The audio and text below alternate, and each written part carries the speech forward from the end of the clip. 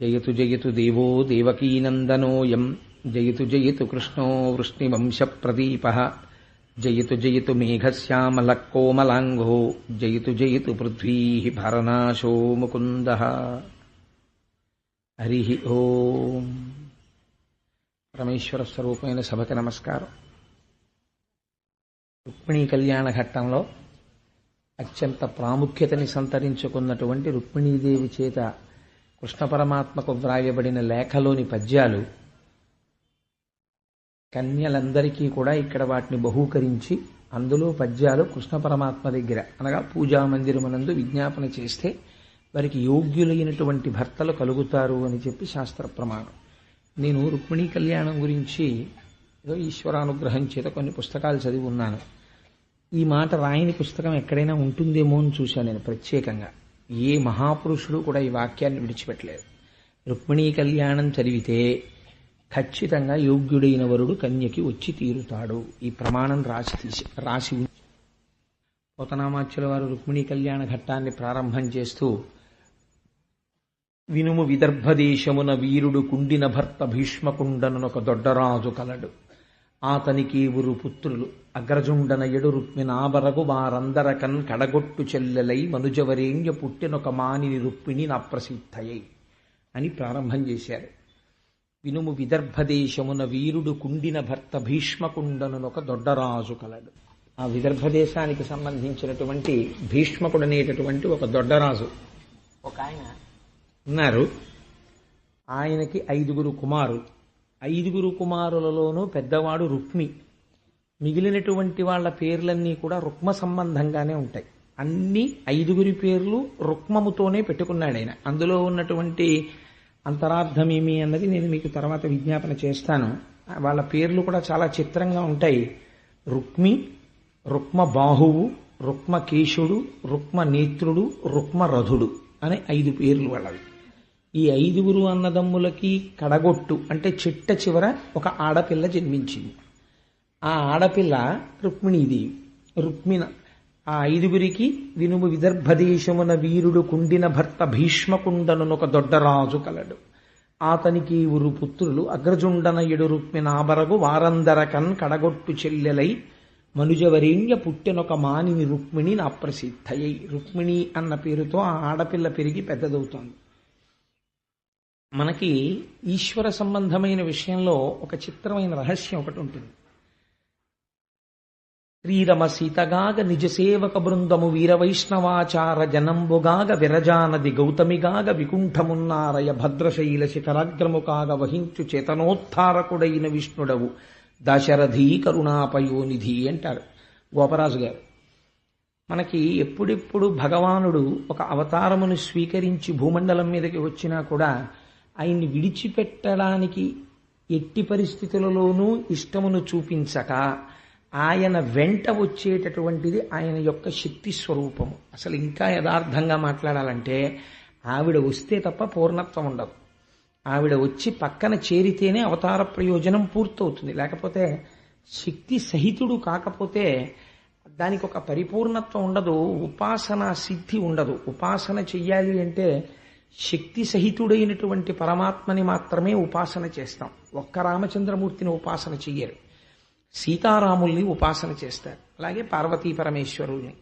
అందుకని ఆ అమ్మవారు కూడా వచ్చి కలవాలి. కలిస్తేనే అవతార ప్రయోజనం పూర్తవుతుంది. పైగా ఆయన మొర ఆలకించగలిగినటువంటి దయాళు అయి ఉంటాడు. ఎందుకంటే అమ్మవారి యొక్క స్వరూపం అంటే ఆవిడ కేవలం శక్తియే కాదు, ఆవిడ దయాశాలి, అపారమైన కారుణ్యమూర్తి.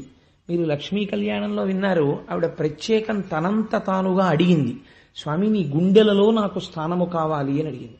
గుండెలలో స్థానం కావాలి అని అడగడంలో ఉన్న రహస్యం మీకు ఆ రోజున నేను చెప్పాను. గుండెల్లో స్థానం కావాలి అంటే కారుణ్యమూర్తి అయి ఉంటుంది. ఎందుకంటే స్థితికారకుడై అపారమైనటువంటి శక్తియుతుడైనటువంటి పరమాత్మ ఆయన చేసినటువంటి కర్మకి ఫలితాన్ని ఇచ్చేటప్పుడు ఎప్పుడూ ఘోరరూపుడిగా, ఏమాత్రమూ కూడా కొంచెం కూడా ఆదరణ లేకుండా చండశాసకుడై ఉన్నాడనుకోండి, అటువంటి పరమాత్మని మనం ఉపాసన చెయ్యలేం. అమ్మవారు కారుణ్యమూర్తి అయి ఉంటే అయ్యో పిల్లలు కాకపోతే తప్పులు ఎవరు చేస్తారండి? తప్పులు చేసిన చోటే మీ యొక్క గొప్పతనం ఆవిష్కృతం అవుతుంది. తప్పులు అసలు ఎవరూ చేయలేదనుకోండి పిల్లలు ప్రపంచంలో, అసలు అందరూ మహాభాగవతులే అనుకోండి, అందరూ మహాజ్ఞానులే అనుకోండి, ఇంక అసలు ఈశ్వరుడి అస్తిత్వం గొప్పతనం ఎక్కడుందండి? పనికి మాలిన వాడిని ఉద్ధరించడంలోనే ఈశ్వరుడి గొప్పతనం ఉంది. ఈ మాట బెదిరించి మాట్లాడేది ఎవరో తెలుసా అండి? అమ్మవారు మాట్లాడుతుంది. వేదాంత దీక్షకులు విశిష్టాద్వైత సంప్రదాయంలో వారు చాలా పేరెన్నికగన్నటువంటి వారు, మహాపురుషులు వేదాంత దేశికులు. వారు ఒక చోట అంటారు, ఆ అమ్మవారు ఎంత స్థాయిలో వెళ్ళి మాట్లాడుతుందంటే, ఒకానొక చోట అంటాడు రామచంద్రమూర్తి రామాయణంలో, నేను అవసరమైతే సీత నిన్ను లక్ష్మణుణ్ణి వదిలిపెట్టేస్తాను, బ్రాహ్మణులకి ఇచ్చినటువంటి మాట నాకు ఎక్కువ అంటాడు. ఆయనేం వెనక తీయడు, అవసరమైతే నిన్ను వదిలిపెడతానంటాడు పరమాత్మ. అలా అంటాడేమో అని కూడా భయపడతాడు. నా బిడ్డల్ని ఆయన దగ్గరికి చేర్చడం ప్రధానం. దానికోసం నిరంతరం నా పని ఏమిటంటే ఈశ్వరుణ్ణి కారుణ్యమూర్తిని చూసి వాళ్ళ మొరలు వినేటట్టు చేస్తాను అంటుందిట. అటువంటి దయాశాలి అయినటువంటి అమ్మ అయ్యవారి పక్కన చేరినటువంటి సందర్భాన్ని ఈ కళ్ళతో చూడడమే ఈ జన్మకి గొప్ప సన్నివేశం. అందుకే రుక్మిణీ కళ్యాణం వినడం, రుక్మిణీ కళ్యాణం చూడడం, రుక్మిణీ కళ్యాణాన్ని పూర్తి చేయడం కూడా పోతన గారు అందుకే అటువంటి మంగళప్రదమైన వాక్యంతో పూర్తి చేశారు పద్యాన్ని చిట్ట చివర విందురు గాని. కాబట్టి ఈ 5 అన్నదమ్ములకి చిట్ట చివర రుక్మిణి అని పేరు కలిగినటువంటి ఆ ఆడపిల్ల పెరుగుతోంది. ఆ పెరుగుతున్నటువంటి ఆడపిల్ల మీకు ఇందాక నేను ఒక మాట చెప్పాను, నిత్యానపాయనీం అని అమ్మవారికి లక్ష్మీ అష్టోత్తరంలో ఒక పేరు. నిత్యానపాయని అంటే ఎప్పుడూ విడిచిపెట్టి ఉండక ఆయనతో కలిసి ఉండునది. కాబట్టి ఎప్పుడెప్పుడు భగవానుడు భూమండలం మీద అవతరిస్తే అప్పుడప్పుడు ఆవిడ కూడా బయలుదేరి వస్తుంది. అలా ఒకసారి రామచంద్రమూర్తిగా వచ్చారు, ఆవిడ సీతమ్మగా వచ్చింది. ఆయన కృష్ణ భగవానుడిగా వచ్చారు, ఆవిడ రుక్మిణీదేవిగా వచ్చింది. అలా భగవానుడు ఏ రూపంలో ఉన్నా ఆశ్చర్యం ఏమిటో తెలుసా అండి, ఆయన వామనమూర్తిగా వచ్చాడు. వామనమూర్తిగా వచ్చినప్పుడు బ్రహ్మచారి, పక్కన భార్య లేదు, బ్రహ్మచారిగానే అవతారం పరిసమాప్తం అయిపోయింది. అయినా సరే వామనమూర్తిగా ఉన్నా కూడా ఆయన పాదముల మీద లక్ష్మీదేవి ప్రాతకాలమునందు వంగి నమస్కరించినప్పుడు అమ్మవారి యొక్క కస్తూరి తిలకపు బొట్టు ఆయన పాదముల కంటుకు కనపడింది. మీకు నేను ఆ రోజు వామనమూర్తి అవతారం చెప్తూ ఆ పద్యం కూడా చెప్పాను. బలిదైత్యేంద్ర కృతధ్వజీకర జల ప్రక్షాళన వ్యాప్తికిం జలజాచాక్షుడు సాచయోగి సుమన సంప్రార్థిత శ్రీదమున్ కలితానమ్ర రమాలలాట పదవీ కస్తూరికాషాదమున్ నలినామోదము రత్ననూపురము నానావేదమున్ పాదమున్ అంటారు పోతన గారు. అందుకని ఆయన బ్రహ్మచారిగా ఉన్నట్లు కనపడినా అమ్మవారు మాత్రం ఆయనని ఎప్పుడూ విడిచిపెట్టి ఉండదు. అటువంటి తల్లి ఇవాళ భీష్మకుడికి రుక్మిణీదేవి అన్న పేరుతో జన్మించింది. పైన 5 అన్నలున్నారు. అమ్మవారి తత్వం గురించి పోతనామాచ్యుల వారు చాలా అద్భుతమైనటువంటి పద్యం ఒకటి ఇచ్చారు. పేర్వేర బొమ్మల పెండ్లిండ్లు చేయుచు అబలలతోడ వియ్యంబులుందు గుజ్జనగూళ్లను కొమరొప్ప వండించి చెలులకు పెట్టించు చెలువు మెరసి రమణీయ మందిరా రామదేశములందు పువ్వు తీగలకును ప్రుదివెట్టు సదమల మణిమయ సౌదభాగములందు లీలలో భర్మడోలికలనూగు బలికల తోట చెలరేగి బంతులాడు సారికాకీర పంక్తికిని చదువు చెప్పు బర్హి సంఘంబులకు మురిపములు గరపు మందమరాళములకు చూపు మందగతులు. నిజంగా ఎంత గొప్ప పద్యమో. పేర్వేర బొమ్మల పెండ్లిండ్లు చేయుచు అబలల తోట వియ్యంబులుందు. ఆ తల్లి చిన్నప్పటి నుంచి కూడా ఏ మాటలాడేది అంటే బొమ్మల పెళ్లిళ్లు చేస్తుండేది. ఎప్పుడు రుక్మిణీదేవి అంతఃపురంలోంచి వివాహం అయిపోయిన తర్వాత కూడా ఆవిడ బొమ్మల పెళ్లిళ్లు చేస్తూ ఎప్పుడూ డోలు సన్నాయి వినపడుతూనే ఉండేవిట. ఏమిటి అలా వినపడుతున్నాయి మంగళధ్వనులు రుక్మిణీదేవి అంతఃపురంలోంచి అంటే ఆ బొమ్మల పెళ్లిళ్లు చేస్తోందనేవారు. అసలు రహస్యం ఏమిటో తెలుసా అండి, అమ్మవారి అనుగ్రహం ఉంటేనే కదండి ఒక కన్నెపిల్ల సువాసిని అయ్యేది. అమ్మవారి అనుగ్రహం ఉంటేనే కదండి ఒక స్త్రీకి పసుపు కుంకాలు నిలబడేది. ఎందుకని పురుషుడు ఒక మాట చెప్పేస్తాడు, తాను ఏ స్త్రీకి జన్మించాడో ఆ తల్లి చేతికి ఒక కంకణం కట్టి అమ్మా నేను బ్రతికున్నాను అనడానికి ఇది సాక్ష్యం అనడు. తండ్రికి ఒక ఉంగరం పెట్టి నాన్నగారు నేను బ్రతికున్నాను ఇది సాక్ష్యం అనడు. ఎవరితో చెప్తాడు? తను ఏమీ పరిచయం లేదు. పెళ్లిపీటల మీద తెర తీసినప్పుడు చూశాడు ఆ స్త్రీని. ఆవిడ మెడలో మాంగళ్యం కడుతూ, అందుకే దాని పేరు ఇంకొక మాట లేదు, మంగళసూత్రము. ఒక మాట అంటాడు, మాంగళ్యం తంతునానేనా మమ జీవన హేతునా. ఇది నేను జీవించి ఉన్నాను అనడానికి హేతువు. ఆవిడ మెడలో మంగళసూత్రం ఉండగా ఏ ధూర్తుడు కూడా అమ్మ మీ వారు బాగున్నారా అని అడగడు. మీ వారు బాగున్నారా అంటే ఆయన బ్రతికి ఉన్నారా అన్నంత ధూర్త ప్రశ్న ఎవడు వెయ్యడు. స్త్రీ మంగళసూత్రంతో కనపడింది అంటే ఆవిడ సువాసిని, పసుపు కుంకుమలతో ఉన్నది అంటే ఆవిడ భర్త జీవించి ఉన్నారు. మెడలో మంగళసూత్రం కనపడలేదు. ఆవిడ జీవితంలో ఏది పొంది ఉండాలో అటువంటి సౌభాగ్యమునకు దూరమైనది తెలిసిపోతుంది. కాబట్టి ఆ మంగళసూత్రానికి అంత శక్తి ఉంది. అమ్మవారు బొమ్మల పెళ్లిళ్ళు చేయించింది రుక్మిణీదేవి. రుక్మిణీదేవి బొమ్మల పెళ్లిళ్ళు చేయించడం అంటే ఏమిటంటే దాని అర్థం, యథార్థానికి ఎక్కడో ఉంటాడు వాడు, ఎక్కడో ఉంటుంది ఆడపిల్ల. ఒక్కొక్కసారి చాలా ఆశ్చర్యంగా ఉంటుంది. మా పినమావ గారి విషయంలో విశాఖపట్నంలో చిత్రం జరిగింది. ఆయన తన కొడుక్కి పెళ్లి చూపులు శ్రీకాకుళం దగ్గర నుంచి చిత్తూరు వరకు వెతికారు. వెతికిన తర్వాత వాళ్ళ ఇంటికి 2 ఇళ్ల వెనకింట్లో ఉన్న అమ్మాయితో వివాహమైంది. కాబట్టి ఎవరికి తెలుసు, అక్కడే పుట్టి పెరుగుతోంది ఆ పిల్ల, వీళ్ళ ఇంటికి వచ్చేది చూస్తూ ఉండేవాళ్ళు. ఆ పిల్ల వీళ్ళింటి కోడలవుతుందని గాని ఆ పిల్లని చేసుకోవచ్చు అని గాని ఈయనకి రాలేదు ఆలోచన, ఆయనకి రాలేదు. అమ్మవారు సంకల్పం చేస్తుంది. అందుకే man proposes, God disposes, marriages are made in heaven అంటుంటారు. ఈశ్వర సంకల్పం జరుగుతుంది, వీళ్ళిద్దరికీ వివాహం జరగాలి. ఈ వీళ్ళిద్దరికీ వివాహం జరగాలి అనేటటువంటి సంకల్పాన్ని సిద్ధింపచేసేటటువంటి శక్తి స్వరూపం ఆ తల్లి. ఆ తల్లి ఆ పూర్ణత్వాన్ని ఇస్తుంది, 3 మెట్లు ఎక్కిస్తుంది స్త్రీని. ఆవిడ అనుగ్రహం ఉంటేనే జరుగుతాయి. ఒక కన్నెపిల్లగా ఉన్నప్పుడు మీరు వెళ్ళి, రేపు ఆడపిల్లలు వస్తారు, మీరు వాళ్ళందరి దగ్గరికి వెళ్ళి వచ్చిన దగ్గర నుంచి మీకు మంచి మగుడు వస్తారంటే వాళ్ళు సిగ్గుపడతారు. ఏంటది వీళ్ళు అస్తమానం ఇలా మమ్మల్ని తినేస్తున్నారు పట్టుకుని అనుకుంటారు. కానీ ఇంకొక 10 ఏళ్లు పోయిన తర్వాత వివాహం అవ్వలేదనుకోండి, వాళ్ళు చాలా బెంగగా ఉంటారు మనస్సులో. ఏమిటో మా కర్మ, మాకు వివాహం లేదు. నేను ఎందరినో చూశాను, వివాహం అవ్వలేదని బెంగ పెట్టుకుంటారు, చిన్నబుచ్చుకుంటారు 10 మందిలోకి రావడానికి.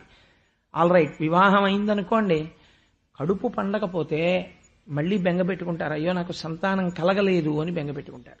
కాబట్టి ఈ 3 మెట్లు ఎక్కితే ఒక పూర్ణత్వాన్ని పొందుతుంది స్త్రీ. ఈ 3 మెట్లు ఎంతకన్నా నేను ఎక్కువ సభలో మాట్లాడడానికి దాని మీద ఇష్టపడిన, ఎందుకంటే ఎందరో ఎన్నో విషయములకు చెందిన వారు ఇందులో ఉండొచ్చు, ఎన్ని వర్గముల వారు. ఎవరి మనస్సు నా మాట వల్ల ఖేదపడకూడదు. కాబట్టి ఈ 3 మన శక్తి వల్ల జరగవు, అమ్మవారి అనుగ్రహం వల్ల జరుగుతాయి. ఆ తల్లి అనుగ్రహం ఉందా నడుస్తుంది. కాబట్టి పేర్వేర బొమ్మల పెండ్లిండ్లు చేయుచు అబలలతోట వియ్యంబులుందు, గుజ్జనగూళ్లను కొమరొప్ప వండించి చెలులకు పెట్టించు చెలువ మెర్రసి. ఆవిడ గుజ్జనగూళ్లను వండిస్తూ ఉండేది. వండించి అంటే మన ఉండ్రాళ్ళు ఉంటాయి కదా, అలాంటివి వండించి ఆ వచ్చిన వాళ్ళందరికీ బొమ్మల పెళ్లిళ్లు చేసి పెడుతుండేదిట. గుజ్జనగూళ్లను కొమరొప్ప వండించి చెలులకు పెట్టించు చెలువ మెర్రసి. అసలు ఇందులో ఒక గమ్మత్తుందండి. పూర్వం అంటే ఇప్పుడు లేదనుకోండి, కానీ ఒకానొకప్పుడు మన సంప్రదాయంలో ఏమిటంటే, ఆడపిల్ల పుడితే తండ్రి తప్పకుండా ఒకటి తీసుకొచ్చేవాడు. ఏమిటి అంటే వంటిల్లు అని పూర్వం ఆట వస్తువుల పెట్టె ఒకటి ఉండేది.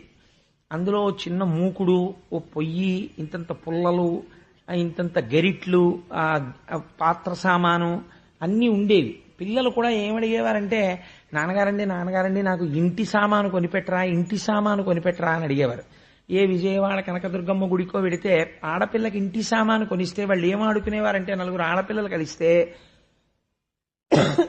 4 తాటాక బొమ్మలు చేసుకుని ఈ టైలర్ల దగ్గర కత్తిరించి వదిలేసిన వస్త్రాలు ఉంటాయి, ముక్కలు, ఆ ముక్కలు తెచ్చుకుని పెట్లలో పెట్టి దాచుకుని చిన్న చిన్న ప్లాస్టిక్ పెట్లలో మా అమ్మాయికి 20 చీరలున్నాయి అని చెప్పి ఆ చీర అందంగా కట్టి ఆ తాటాక బొమ్మకు ఓ బొట్టు పెట్టి ఆ తాటాక బొమ్మని ఇలా తిప్పి దాని వెనక నుంచి చక్కగా ఇలా జడల్లి దానికి 2 కనకాంబరం పూలు, చిన్ని పూలు పెట్టి మా అమ్మాయి ఎంత బాగుంటుందో అని అలా పక్కింటి వాళ్ళని చెప్పి వాళ్ళ దగ్గర ఒక ఇల్లు వ్యవహారం ఉండేవి. వాళ్ళ అబ్బాయిని వీళ్ళు పెళ్లి చేసుకున్నట్టు నిన్నను ఇంట్లో చేసిన జంతికలు కొన్ని దాచుకునేవారు. తర్వాత రోజు ఈ బొమ్మల పెళ్లిళ్లలో తినడానికి, మా బియ్యాలారు వస్తున్నారు ఇవాళ మా ఇంటికి మా అల్లుడు వస్తున్నాడని చెప్పి తినండి అని చెప్పి ఆ చిన్ని పళ్ళాల్లో జంతిక ముక్కలేసి పెడితే వీళ్ళు డాబు చేసేవారు. కొంచెం జంతికి ముక్కలు తినేవారు. ఏదో దెబ్బలాట వచ్చేది, పెద్దవాళ్ళ దగ్గరికి వెళ్ళారు. అలా మీరు కలిసి ఉండాలి, అలా దెబ్బలాడుకోకూడదు, జంతికలు చదువుకోండి అనేవారు పెద్దవారు.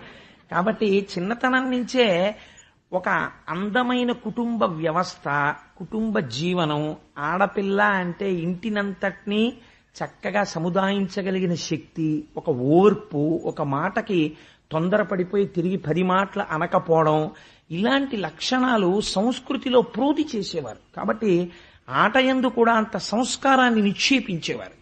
అసలు ఇప్పుడు మీరు ఏ కొట్టుకైనా వెళ్ళి ఇంటి బొమ్మ ఉందా అని అడిగారనుకోండి, పిచ్చాన్ని చూసినట్టు చూస్తారు.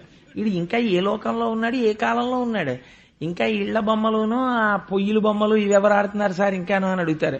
ఇప్పుడు అసలు లేవు. అంటే ఇవాళ సంస్కృతి ఇలా నాశనం అయిపోవడానికి కారణం అది. మన ఆటలు ఏది పెట్టినా పనికిమాలిన ఆటలు పెట్టడం మన వాళ్ళకి తెలియదు. మన వాళ్ళు ఏ ఆట ఆడినా ఆట యందు కూడా సంస్కృతి. పిల్లలందరూ కూర్చుంటే పరమపద సోపాన పటము అంతే వాళ్ళు ఆడుకున్నది. అనేక మంది దేవతల్లో తిరుగుతున్నాడు కదా అని చెప్పేసి వాడు ఆ దేవతల్లోనే తిరుగుతున్నాడు అనుకోండి, మధ్యలో ఒక విరాట్ స్వరూపం ఉండేది. వాడు 2 దేవతల వెనకాల ఉండేవాడు, 3 పడలేదనుకోండి, పడకపోతే ఈ దేవతల్ని దాటి వెళ్ళిపోయి మళ్ళీ తిరిగి రావాలి అట్నుంచి. కేవలం దేవతా స్వరూపాన్ని పొందితే అది మోక్షం కాదు. ఎప్పటికీ అంటే ఎంత గొప్ప మాటలు మాట్లాడేవారండి. వాడు ఆఖరికి 2 పడేది, అయితే 3 పడేది. పడితే పరబ్రహ్మం దగ్గరికి వచ్చి ఆగిపోయాడు. అమ్మయ్యా నేను పండిపోయాననేవాడు. పండిపోవడం ఏంటంటే పంటలు వేసుకుంటున్నామనేవారు. ఇలా అందరూ వేస్తే వీడు ఒక్కడే ఇలా అంటే వీడు పండిపోయాడనేవారు, వీడిని వదిలేయండి అనేవారు. పండిపోయాడంటే వాడు జ్ఞానసిద్ధి పొందాడు అని.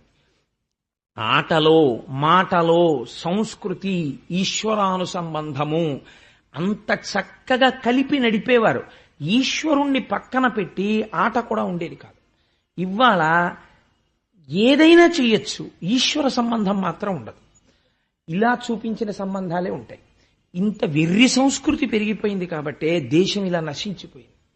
రోజు రోజుకి ఇంత అభద్రతాభావం పెరిగిపోవడానికి కారణం దీనివల్లే వస్తుంది. కాబట్టి అసలు మన మతం అనేటటువంటిది వ్యాప్తి చెందాలి అంటే నాకు అనిపిస్తుంది, నేను ఒక పరమ సత్యం చెప్తున్నాను ఇవాళ, రాబోయేటటువంటి రోజుల్లో సనాతన ధర్మమును నిలబెట్టగలిగిన వారెవరు? ఎవ్వరూ కాదు.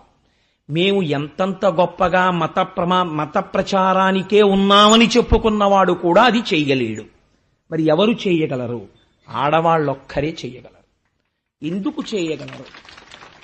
1000 మంది బయట 1000 మాటలు చెప్పనివ్వండి, పిల్లడు నమ్మడు. అమ్మ ఏది చెప్పిందో అది నమ్ముతాడు వాడు. నాన్న వాళ్ళు నీ చేతిలో ఏదో పెడతారు, తీసుకో, నిన్నేదో చదవమంటారు, చదువు, కానీ నీ స్వామిని నువ్వు మర్చిపోకు. నువ్వు లోపల మన సనాతన ధర్మమును, మన మతాన్ని, మన వైభవాన్ని నువ్వు మర్చిపోకుండా ఉండు అని తల్లి బిడ్డడికి చెప్పడం వచ్చిన నాడు మన సనాతన ధర్మమునకు ఎదురు ఉండదు. దాన్ని నిలబెట్టగలిగినది తల్లి ఒక్కతే. అందుకే మళ్ళీ ఎప్పుడైతే మనం పెళ్లి కాని ఆడపిల్లల్ని, యుక్త వయస్సులో ఉన్న వాళ్ళని, గృహిణుల్ని గౌరవించి వాళ్ళకి మర్యాద ఇచ్చి వాళ్ళ చేత పిల్లలకి చెప్పడం నేర్పిస్తామో అప్పుడు మాత్రమే సనాతన ధర్మం నిలబడగలుగుతుంది. అది నా విశ్వాసం. కాబట్టి ఆవిడ ఆడుకున్నా కూడా రుక్మిణీదేవి ఎంత అందమైన ఆట ఆడిందో చూడండి. గుజ్జనగూళ్లను కొమరొప్ప వండించి చెలులకు పెట్టించు చెలువ మెరసి. తనొక్కత్తి వండుకు తినడం గృహిణికి ఉండవలసిన లక్షణం కాదు. ఆడపిల్ల ఓ ఇంట్లో 2 ఉంటే భార్య భర్త పూర్వం 2కి అని బజ్జీలు వేసుకునేవారు కాదు. ఎందుకైనా మంచిదో 4గురికి వేయండి, 2 అరటికాయలు తీసుకురండి అనేవారు. ఎందుకే మన 2మే కదా ఉన్నాం, ఒక అరటికాయ తెస్తే 6 అరటికాయ బజ్జీలును 6 అరటికాయ కూర చాలదా అంటే ఎవరైనా వస్తే ఆ టైంకి, అంటే ఎవరైనా వస్తే వాళ్ళకి పెట్టి మనం తినాలి తప్ప వాళ్ళు వచ్చేటప్పటికి వంటింటి తలుపేసేయడం, ఈ బజ్జీలు తీసుకెళ్లిపోయి ఓ గిన్నెడుగుని పెట్టేయడం, వాళ్ళు ఎప్పుడు వెళ్ళిపోతే అప్పుడు తిందాం అనుకోవడం, ఈ సంస్కృతి ఎక్కడ ఉండాలండి? ఇలా పెట్టడం అన్నది ఇంట్లో ఎలా వస్తుంది? ఆడదాని నుంచి వస్తుంది. ఒరే మనం అలా వండుకోకూడదు నాన్న, గబుక్కున ఎవరైనా రావచ్చు, 4గురం కలిసి తినాలి. తల్లి వండుతోంది అనుకోండి, తల్లి దగ్గర నుంచి కొడుకు వస్తుంది, కొడుకు దగ్గర నుంచి కోడలు కెడుతుంది, కోడల దగ్గర నుంచి మనవల కెడుతుంది. గుజ్జనగూళ్లను కొమరొప్ప వండించి చెలులకు పెట్టించు చెలువ మెరసి. ఎప్పుడో రుక్మిణీదేవి వండి పెట్టిందండి నేను పురాణం చెప్పాను అనుకోండి, మీకు నాకు ఏమిటి ఉపయోగం? మీరు అందులో you should draw inspiration for the present days context. ఇవాల్టి రోజు ఉన్న సందర్భానికి, సమాజానికి ఉపయోగపడే స్ఫూర్తిని మీరు పొందగలిగి ఉండాలి. కాబట్టి గుజ్జనగూళ్లను కొమరొప్ప వండించి చెలులకు పెట్టించు చెలువ మెరసి రమణీయ మందిరా రామదేశములందు పువ్వు తీగలకును ప్రోదివెట్టు. ఆ తల్లి ఆడవాళ్లు చేసేటటువంటి పనులు పరమ సౌకుమార్యంతో కూడుకున్నవై ఉంటాయి. లతలకు తీగలకు చక్కగా పందిరి వేసేదిట. ఇది ఒక గమ్మత్తైనటువంటి లక్షణం. ఎందుచేత అంటే మీరు పందిరి వెయ్యలేదనుకోండి, పందిరి వెయ్యకుండా పాదు పెట్టారనుకోండి, ఆ పాదు నశించిపోతుంది. శ్రద్ధ అన్నది ఎక్కడ కనపడుతుందో తెలుసా అండి? నీరు విత్తు పెట్టి నీరు పోయవద్దు. అదేమిటండి విత్తనం పెట్టి నీరు పోయకపోవడం ఏంటి? నీరు పోసి విత్తనం పెట్టు, లేకపోతే ఆ విత్తనాలు ఎండిపోతాయి. కాబట్టి ముందు నీరు పోసి తర్వాత విత్తనం పెట్టు. విత్తు పోసి నీరు పెట్టవద్దు, నీరు పోసి విత్తు పెట్టు. అలాగే మొక్క వేసి పందిరి వేయవద్దు. నువ్వు మల్లెతీగ కొంచెం పెరుగుతుండగా పందిరేద్దాం అనకు. మల్లె మొక్క పాతుతుండగానే ముందు పందిరి. అది అల్లుకోవడానికి అవకాశం ఉంటుంది. లేకపోతే నువ్వేదో పని మీద వెళ్ళిపోతావు, ఆ పందిరి అల్లుకోవడానికి అవకాశం లేక పాడైపోతుంది. కాబట్టి ఇది ముందు చూపు, ఇది భద్రతాభావం, ఇది లోకానికి కావలసినటువంటి ఆలంబనాన్ని ఇవ్వడంలో అమ్మవారి అనుగ్రహం. కాబట్టి బాహ్యమునందు చాలా లాలిత్యముతో కూడిన సౌకుమార్యముతో కూడినటువంటి పనిని చెయ్యడం, చక్కగా అంతఃపురంలో చక్కటి తీగల్ని పెంచి పెద్ద చెయ్యడం. కాబట్టి రమణీయ మందిరా రామదేశములందు పువ్వు తీగలకును ప్రోదివెట్టు సదమల మణిమయ సౌదభాగములందు లీలతో భర్మడోలికల నూగు. అమ్మవారికి చాలా ఇష్టమైనటువంటి విషయాల్లో ఇదొకటి. ఆవిడ ఎప్పుడు ఊయలలు ఊగుతూ ఉంటుంది. సహజం కదా, నేను తరచు చెప్తూ ఉంటాను. అన్నమాచార్య స్వామి వారు దెప్పి పొడిచారు. అలల చెంచలమైన ఆత్మలందుండని కలవాటు చేసని ఉయ్యాల. అమ్మవారికి స్వామితో కలిసి ఊంజల్ సేవని పొందడం అంటే ఆవిడికి చాలా ప్రీతిపాత్రమైనటువంటి సేవ. పైగా విశేషించి కన్నెపిల్లలు ఉయ్యాలలు ఊగడం అనేటటువంటిది ఒక చక్కటి సంప్రదాయంగా పూర్వం ఉండేది. అందుకే ఒక ఉండ్రాళ్ల తద్ది వచ్చిందనుకోండి, ఒక అట్ల తద్ది వచ్చిందనుకోండి, పెద్ద పెద్ద చెట్లకి ఉయ్యాలలు వేసేవారు. వేస్తే ఈ ఆడపిల్లలందరూ ఊయలలు ఊగుతూ ఉండేవారు. ఎందుచేత అంటే వాళ్ళకి శరీరానికి ఒక మంచి వ్యాయామం ఉండాలి. ఆ ఊయల ఊగేటప్పుడు పెద్ద పెద్ద ఊగులు ఊగుతూ కాళ్ళు భూమికి తాటించి పైకి లేచి చేతులు ఇలా పట్టుకుని ఇలా వంగిపోయి కాళ్ళు నిటారుగా పెట్టి ఆ ఊగుతూ ఉండడంలో ఒక గొప్ప వ్యాయామం, దృష్టి కేంద్రీకరణ, జారిపోకుండా ఉండడం, ఒక నిలబడగలిగినటువంటి స్థితి, ఇవన్నీ అలవాటయ్యేవి. ఎదర వాళ్ళు ఈ సృష్టిని పెంచవలసి ఉంటుంది. ఆ సృష్టిని పెంచవలసినటువంటి సమయంలో కావలసినటువంటి శరీర దారుఢ్యం అప్పేది. మానసికోల్లాసం పొందేవారు. ఊయల ఊగడంలో ఎంత మనస్సుకు ఆనందమో, ఎంత మనస్సు ఆనందమైతే అంత ఆరోగ్యం మనస్సుకు ఉంటుంది. ఎంత ఆరోగ్యవంతమైన మనస్సు దేహం అంత గొప్ప గర్భాలయం అవుతుంది బిడ్డలకి. కాబట్టి రమణీయ మందిరా రామదేశములందు పువ్వు తీగలకును ప్రోదివెట్టు సదమలమణిమయ సౌదభాగములందు లీలతో భర్మడోలికల నూగు సారికాకీర పంక్తికిని చదువు చెప్పు బర్హి సంఘంబులకు మురిపములు గరపు మందమరాళములకు చూపు మందగతులు. ఆ తల్లి చిలుకలకి పలుకులు నేర్పుతుండేది. ఒక అందమైనటువంటి ప్రక్రియ. ఆ చిలుకల్ని, రామచిలుకల్ని తీసుకొచ్చి వాటికి ఒక మంచి మాటలు నేర్పితే అవి మంచి మాట మాట్లాడతాయి. ఒక చోట ఒక అద్భుతమైనటువంటి మాట చెప్తారు. వెనకటికి ఒక ఆయన 2 చిలుకలు కలిపి అమ్ముతున్నాడు. ఒక చిలక 10,000, ఒక చిలక 10 రూపాయలు. కానీ 2 ఒక్కలా ఉంటాయి. కానీ 2 చిలకల్ని విడివిడిగా అమ్మను, 2 చిలకల్ని కలిపి పుచ్చుకోవాలంటున్నాడు. అందరూ నీ మొహం ఇచ్చా 10 రూపాయల చిలక కొనుక్కుంటాం ఇమ్మంటే అలా ఇవ్వననేవాడు. ఇవి 2 చిలకలు కూడా తెల్లవారకట్టే మాట్లాడతాయి. ఈ 2 చిలకలు తెల్లవారకట్ట మాట్లాడతాయి, మీరు విందురు గాని. కానీ 10,000 10 రూపాయలు ఇస్తే 2 చిలకలు ఇస్తా. 10 రూపాయలకు ఓ చిలకని ఇవ్వను, 10,000కు ఓ చిలకని ఇవ్వను, 2 చిలకలు కొనుక్కోవాలనేవాడు. వీడికి ఏం పిచ్చా వెర్రా అని వెళ్ళిపోతున్నారు. రాజుగారు మారువేషంలో పెడుతున్నాడు. ఇందులో ఏదో గమ్మత్తుండి ఉండాలి అని 2 చిలకలు కొనుక్కున్నాడు. కొనుక్కొని మొట్టమొదటి రోజు 10,000 రూపాయల చిలక, ఇప్పుడు ఎక్కువ పెట్టి కొనుక్కున్న దాని మీద మోజు ఉంటుంది కదండి, దాన్ని అంతఃపురంలో తను పడుకున్న శయనాగారంలో తగిలించుకున్నాడు. ఏమంటుందో చూద్దాం, 10,000 రూపాయలు పెట్టి కొన్నాను కదా అనుకున్నాడు. అనుకుంటే తెల్లవారుజామున రాజు ఇంకా నిద్రలో ఉండగా 3-4 మధ్యలో ఆ చిలక కౌసల్యా సుప్రజా రామ పూర్వా సంధ్యా ప్రవర్తతే అంటోంది అని సుప్రభాతం పాడుతోంది. రాజుకి తెలివచ్చింది. అబ్బా ఎంత బాగా పాడుతోందిరా చిలక అని పరమోల్లాసంతో లేచాడు. ఆ రోజంతా వ్యవహారాలు చాలా బాగా చక్కబెట్టగలిగాడు. ఆ సుప్రభాతంతో లేచాడు. మరునాడు 10 రూపాయల చిలకను తగిలించండి రా అన్నాడు. 10 రూపాయల చిలకను తగిలించారు. అది నీ మొహం ఏడ్చా దుర్మార్గుడా, దున్నపోతులా నిద్రపోతున్నావు అంటోంది. రాజుకి తెలివచ్చింది. మహాగ్రహం పొందాడు. వంది మాగది మొదలైన వాళ్ళ స్తోత్రంతో లేవడం అలవాటు పడినవాడు ఈ దిక్కుమాల చిలక దీన్ని తీసుకెళ్లి పీక కోశాతల పారేయండి, దీన్ని నమ్మిన వాడిని తీసుకురండి అన్నాడు. అంటే ఈయన వెళ్లి వాళ్ళని తీసుకొచ్చాడు. తీసుకొస్తే ఆయన అడిగాడు, నువ్వు ఎందుకు అమ్మేవరా ఈ చిలకని, నాకు అర్థం కాలేదన్నాడు. మహారాజా ఇది తెలియాలని అమ్ముతున్నాను రెండూ కలిపి. ఎందుకో తెలుసా, రెండూ చిలకలే, రెండింటిది ఒకే ఉపాధి, రెండూ చిలుక సంతానమే. ఒక చిలుక చిన్నతనంలో ఒక మహాభాగవతుల యొక్క ఇంటిలో చేరి వాళ్ళ దగ్గర పెరిగింది. వాళ్ళెప్పుడు భగవత్ సంబంధమైన మాటలే పలికారు. ఈ చిలుకకి ఇది వచ్చాయి. ఇంకొక చిలక ఒక భయంకరమైన సంస్కృతి కలిగిన వాడి దగ్గర పెరిగింది. వాడి మాటలే దానికి వచ్చాయి. చిలుక పలుకుతోంది ఇంట్లో అంటే చిలుక కాదు పలుకుతున్నది, ఇంట్లో వాళ్ళ సంస్కారం చెప్తుంది. మీరు ఒకరి ఇంటికి వెళ్ళినప్పుడు ఇంట్లో ఉన్న ఫోటోలు ఇంటి అయిన సంస్కృతి చెప్పేస్తాయి కదా. అమ్మవారు చిలుకలకి పలుకులు నేర్పుతోంది అంటే అమ్మవారి చేత పలుకులు నేర్పబడిన చిలుక ఎటువంటివి నేర్పబడితే వ్యాస భగవానుడు పోతన గారు రాస్తారు. కాబట్టి ఆ సంస్కృతి నేర్చుకోవాలి. అమ్మవారు ఎంత లాలిత్యంతో కూడిన పనులు చేసిందో, ఎంత అందమైన పనులు చేసిందో. బర్హిసంఘములకు మురిపములు గరపు మందమరాళములకు చూపు మందగతులు. బాబు ఈ పద్యం మీద తీసేసుకునేట్టుంది సమయాన్ని అంతటినీ. అందుకని ఆవిడ హంసలకి నడకలు నేర్పేది. నిజమే, మనం మహాజ్ఞానులైన వాళ్ళని పిలిస్తే పరమహంస పరివ్రాజకాచార్య అని పిలుస్తూ ఉంటాం. పరమహంస అంటే జగత్తుని విడిచిపెట్టి బ్రహ్మమును చూడగలిగినటువంటి వాడు, నీటిని విడిచిపెట్టి పాలని స్వీకరించగలిగినది హంస.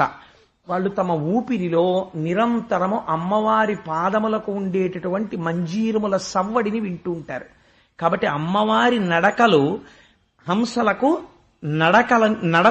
నడకని నేర్పుతాయి.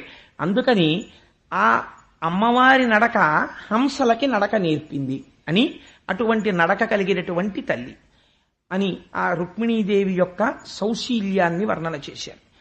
ఇటువంటి తల్లి శ్రీకృష్ణ భగవాను వివాహం చేసుకోవాలి అని మనస్సునందు నిర్ణయం తీసుకుంది.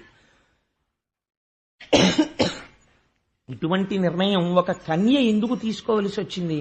పెద్దవాడు తండ్రి గారు ఉన్నారు, ముందు పుట్టిన వాళ్ళు 5 అన్నలున్నారు.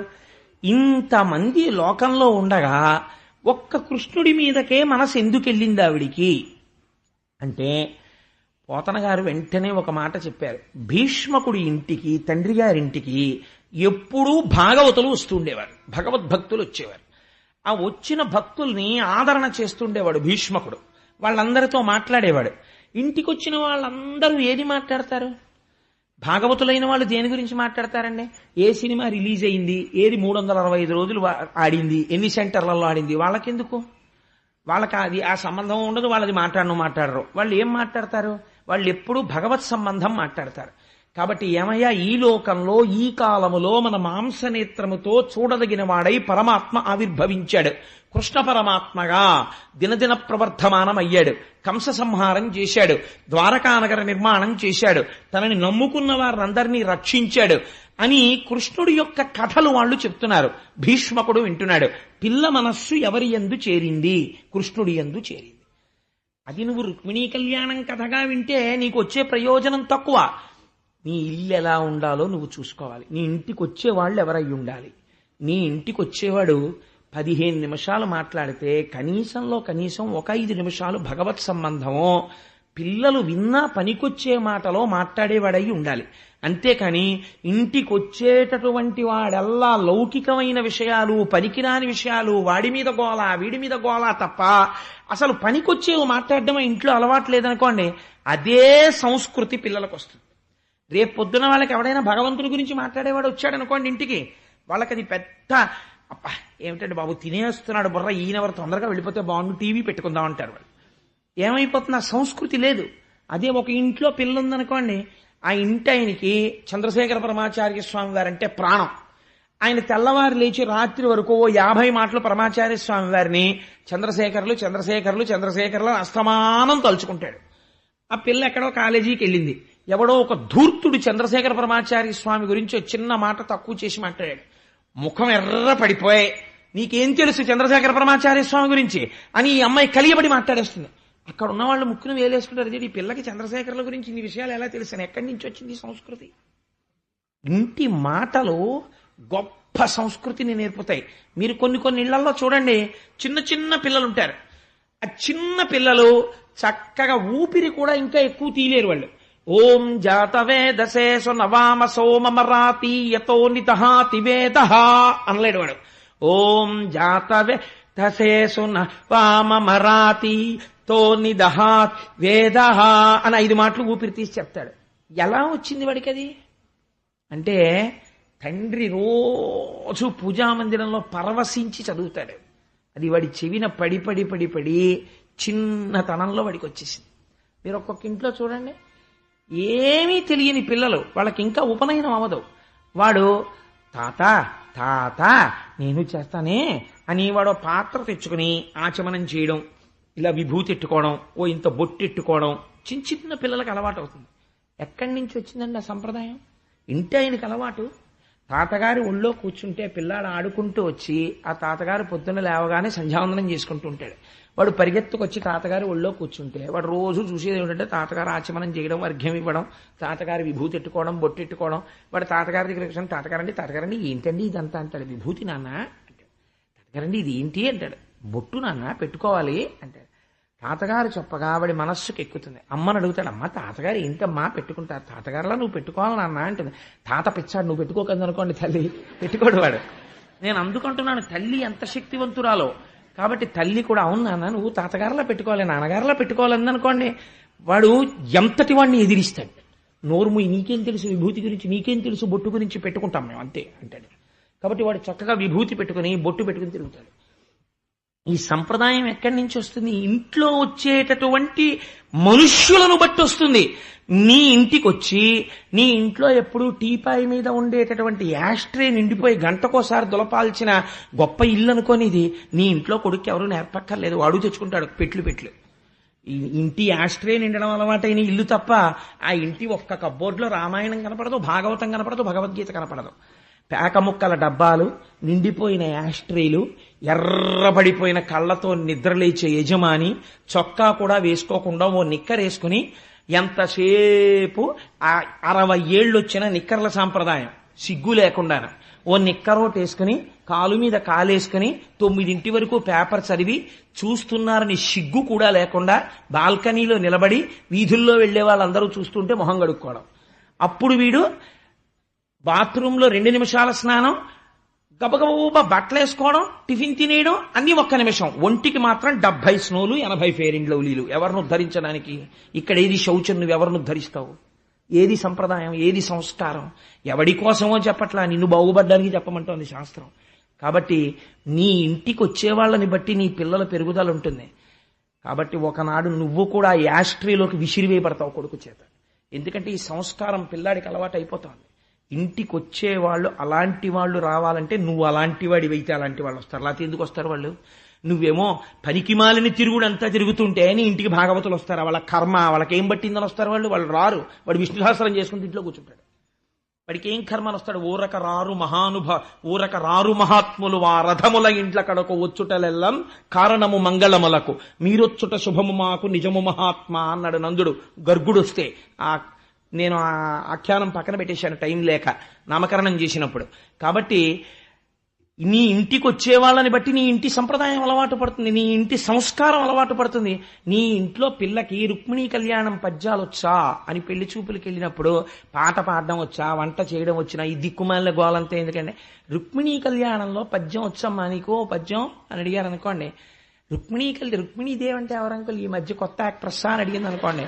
నేనైతే నా కాళ్ళ మీద పడ్డా నేను ఆ సంబంధం చేసుకోను. ఒకవేళ నా కొడుకు చేసుకుంటే నువ్వు దూరంగా ఉండని చెప్తాను. ఎప్పుడైనా రా ఒకసారి చాలు.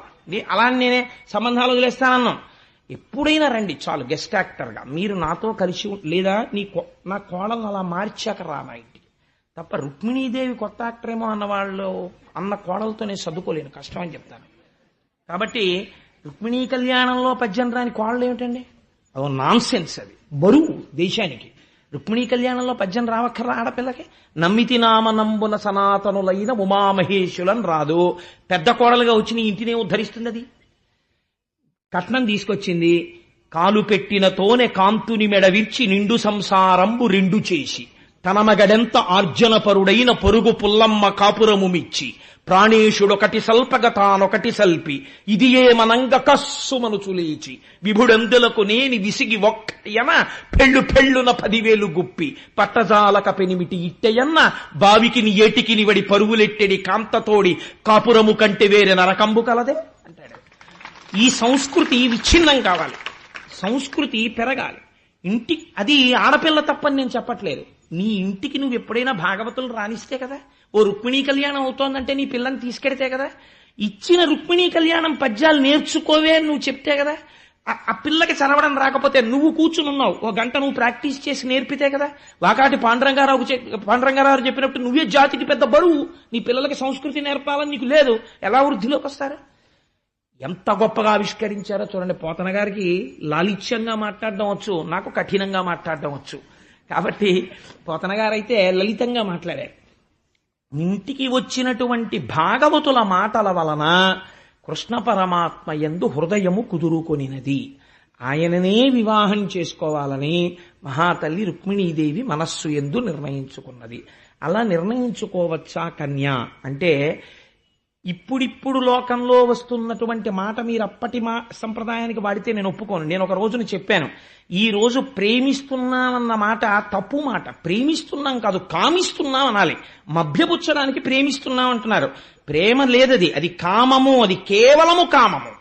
లేకపోతే అంత డిజాస్ట్రస్ గా అంత ప్రమాదకరంగా ఉండదు పరిస్థితి. ప్రేమ త్యాగాన్ని కోరుతుంది తప్ప ఇలా పిచ్చ వేషాలు, వెర్రి వేషాలు ఉండవు ప్రేమ పేరుతో. ప్రేమ కాదు, కామం.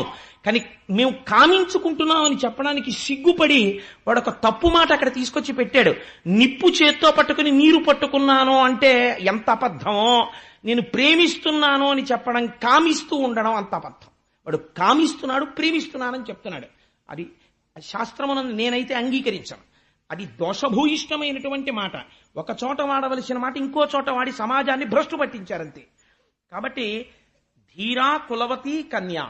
ధీరా అంటే ఆవిడ ధైర్యము కలిగినదై, పరబ్రహ్మతత్వము తెలుసున్నదై, ఇతపూర్వము ఏ పురుషుడికి తన హృదయములో స్థానమీయనదై, కులవతి అయి, ఆచారము సంప్రదాయము తెలుసున్నదై, కేవల కామముతో ఎవడో పురుషుణ్ణి పొందేద్దామన్న ప్రయత్నమున్నది కానిదై కన్యా. ఇతపూర్వము వేరొక పురుషుడు మనసులో కూడా నిలబడనటువంటి స్వరూపము కలిగినటువంటిదై, ఈనాడు ప్రతిబంధకములు వస్తుంటే వాటిని కాదని తనంత తాను యోగ్యత కలిగిన బుద్ధితో, పరిపక్వమైన బుద్ధితో, విన్నదాని చేత, చదివిన దాని చేత, అనుష్ఠాన బలము చేత ప్రతిబంధకములను తొలగించుకొని తన భర్తని తానెన్నుకున్నటువంటి స్త్రీగా రుక్మిణీదేవి నిలబడి ఉన్నది. ఆ స్థాయిని అమ్మవారు పొందినది. ఎందుకు అలా పొందుతుంది, ఎందుకు ఆ కథ అలా వెడుతుంది, మీకు నేను దాన్ని సరి అయినటువంటి పద్యం వచ్చినప్పుడు చెప్తాను. ఇప్పుడు తల్లి బంధువులందరూ కృష్ణునకు బాలిక నిత్తుమటంచు సేముషీ సింధువులై విచారముల్చే జగవారల నడ్డు పెట్టి దుస్సంధుడు రుక్మి కృష్ణునెడ చాలా విరోధము చేసి మత్త పుష్పంధియ వేడి నిత్తు శిశుపాలన కంచు తలంచనందుడై. విశ్వనాథ సత్యనారాయణ గారు అన్నారు, ఇలాంటి పద్యం పోతన గారు తప్ప ప్రపంచంలో ఇంకోటి రాయడన్నారు. ఈ పద్యం చదవగానే చెప్పచ్చు ఇది పోతన గారు రచించారని అన్నాడు. ఎంత గొప్ప మాట చూడండి. మత్త పుష్పంధియవేణి నిత్తు శిశుపాలున కంచు తలంచే అంధుడై. నల్లటి తుమ్మెదలు ఎలా ఉంటాయో అటువంటి జుట్టు కలిగినటువంటి రుక్మిణీదేవిని అంధుడై, కళ్ళు లేనివాడై, పెద్దన్నగారైనటువంటి రుక్మి శిశుపాలునకి ఇస్తానంటున్నాడు. అమ్మవారి జుట్టుకి రుక్మికి ఏమిటా నలుపుకి సంబంధం అంటే, అంధత్వం చీకటి నలుపుని చూపిస్తుంది.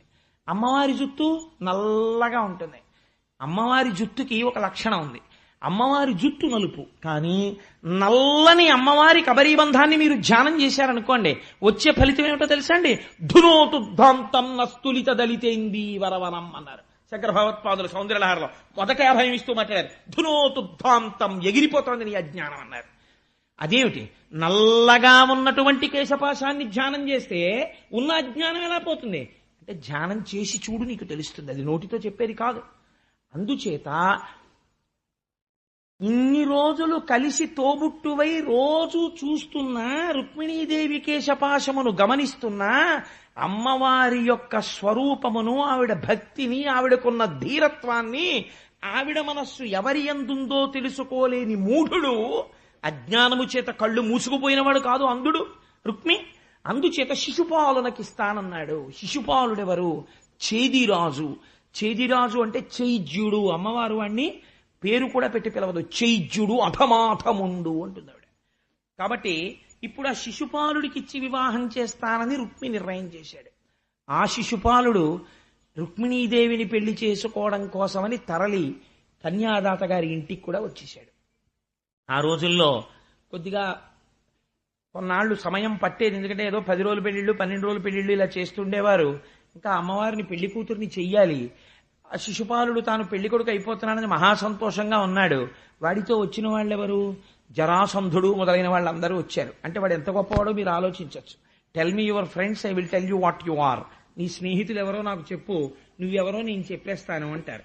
అలాంటి వాళ్ళందరితో కలిసి ఆ శిశుపాలుడు వచ్చాడు. వస్తే ఇప్పుడు తల్లి ఏం చెయ్యాలి, ఎలా ఇప్పుడు వివాహం జరగడం కృష్ణ పరమాత్మతో? కాబట్టి ఆవిడ అగ్నిద్యోతనుడు అనబడేటటువంటి ఒక బ్రాహ్మణుణ్ణి ఆశ్రయించి, ఆ పేర్లు పెట్టడంలో ఉందండి రుక్మిణీ కళ్యాణంలో గొప్పతనం అంతా. ఆయన పేరు అగ్నిద్యోతనుడు. ఆయన్ని పిలిచి ఒక మాట అంది, మహానుభావ, నేను శ్రీకృష్ణ పరమాత్మని వివాహం చేసుకోవాలని అనుకున్నాను, కానీ నా అన్నగారైనటువంటి రుక్మి నన్ను తీసుకుని వెళ్లి శిశుపాలుడికి ఇచ్చి వివాహం చెయ్యాలి అని అనుకుంటున్నాడు. అందుచేత మీరు నేను రాసినటువంటి ఈ లేఖని పట్టుకుని వెళ్లి ద్వారకా నగరంలో ఉన్నటువంటి కృష్ణ పరమాత్మకి అందించి నన్ను కృతార్థురాల్ని చెయ్యవలసింది అని అడిగింది. వెంటనే అగ్నిజ్యోతనుడు ఆ లేఖని పట్టుకుని ద్వారకా నగరాన్ని చేరుకున్నాడు. చేరుకున్న తర్వాత కృష్ణ పరమాత్మ అగ్నిజ్యోతనుడు వచ్చాడు అని తెలుసుకున్నారు. చిత్రం ఏమిటో తెలుసా అండి? అగ్నిజ్యోతనుడు ఎక్కడి నుంచి వచ్చాడో తెలుసున్న వాళ్ళ కృష్ణుడు ప్రవర్తించలేదు. మొట్టమొదట అసలు మీరెవరని అడగలేదు. బ్రాహ్మణుడు వచ్చాడు, ఆయన తేజస్సు చెప్పేస్తోంది. ఆయనకి అర్ఘ్యపాద్యాదులు ఇచ్చి ఆయన స్నానం చేశాక ఆయనకి మధురాన్నములతో భోజనం పెట్టి ఆయన కూర్చున్న తర్వాత ఆయన పాద సంవాహనం చేస్తూ కాళ్ళొత్తుతూ, అయ్యా మీరు ఏ దేశమునకు చెందినవారు, మీరు తృప్తి కలిగి జీవిస్తున్నారా? బ్రాహ్మణుడకు ఉండవలసినటువంటి మొట్టమొదటి లక్షణం తృప్తితో జీవించుట. ఈశ్వరుడు తనకి ఏదిచ్చినా ఇది ఈశ్వరుడి చేత కృప చేయబడినది అని నమ్మి తృప్తితో వెళ్ళిపోయిన వాడు ఎవడుంటాడో వాడికి బ్రాహ్మణుడని పేరు. ఆ తృప్తి లేకపోతే వాడిని బ్రాహ్మణుడు అని పిలవడానికి సంకోచించవలసినది అని దేవీ భాగవతంలో వ్యాసప్రోక్తం. నా సొంతంగా చెప్పట్లేదు. ఎందుకంటే యతీనాం భూషణం జ్ఞానం సంతోషోహి ద్విజన్మనాం ఉద్యమం శత్రుహననం భూషణం భూతిమిచ్చతాం అని వ్యాసుడు అంటాడు. అక్కడ చూడండి, యతీనాం భూషణం జ్ఞానం, యతి పురుషులము అని చెప్పుకున్న వాళ్లకు ఉండవలసింది ఏమిటి అంటే, మిగిలినవన్నీ ఎన్నున్నాయి పక్కన పెట్టండి, అస్తమానం మిగిలిన వాటి గురించి మాట్లాడిన వాడు యతి పురుషుడు కాదు. జ్ఞానము భూషణముగా ఉండాలి, వారు జ్ఞానముతో ఉండాలి, 10 మందిని జ్ఞానములోకి తీసుకెళ్ళాలి. యతీనాం భూషణం జ్ఞానం సంతోషోహి ద్విజన్మనాం. ద్విజుడు అంటే బ్రాహ్మణుడు. ద్విజుడైనటువంటి బ్రాహ్మణుడు సంతోషోహి, దొరికిన దానితో సంతోషంగా ఉండాలి, మనస్సు ఎప్పుడు ఉత్సాహంగా ఉండాలి. ఈశ్వరుడు నన్ను వెన్నంటి ఉండగా నాకేం లోటనగలగాలి. సంతోషోహి ద్విజన్మనాం ఉద్యమం శత్రుహననం. శత్రువు ఇంతటి వాడు అనేటప్పటికీ పారిపోయిన వాడిని క్షత్రియుడు అనరు. శత్రువు అనేటప్పటికీ చంపడానికి పరిగెత్తినటువంటి వాడిని క్షత్రియుడు అంటారు. ఉద్యమం శత్రుహననం భూషణం భూతిమిచ్చతాం. ఇవి ఈ 3 రకములైనటువంటి వాళ్ళకి పైకి కనపడనటువంటి భూషణములు అని చెప్పాడు వ్యాసుడు. ఇదే ప్రశ్న రుక్మిణీ కళ్యాణంలో కృష్ణ పరమాత్మ అగ్నిజ్యోతనుణ్ణి అడుగుతున్నారు. దొరికిన దానితో తృప్తి పడగలిగినటువంటి బ్రాహ్మణుణ్ణి నేను పాద సంవాహనం చేస్తాను, ఆయన కాళ్ళు నేను పడతాను, ఆయన పాద ధూళిని నా శిరస్సును ధరిస్తాను.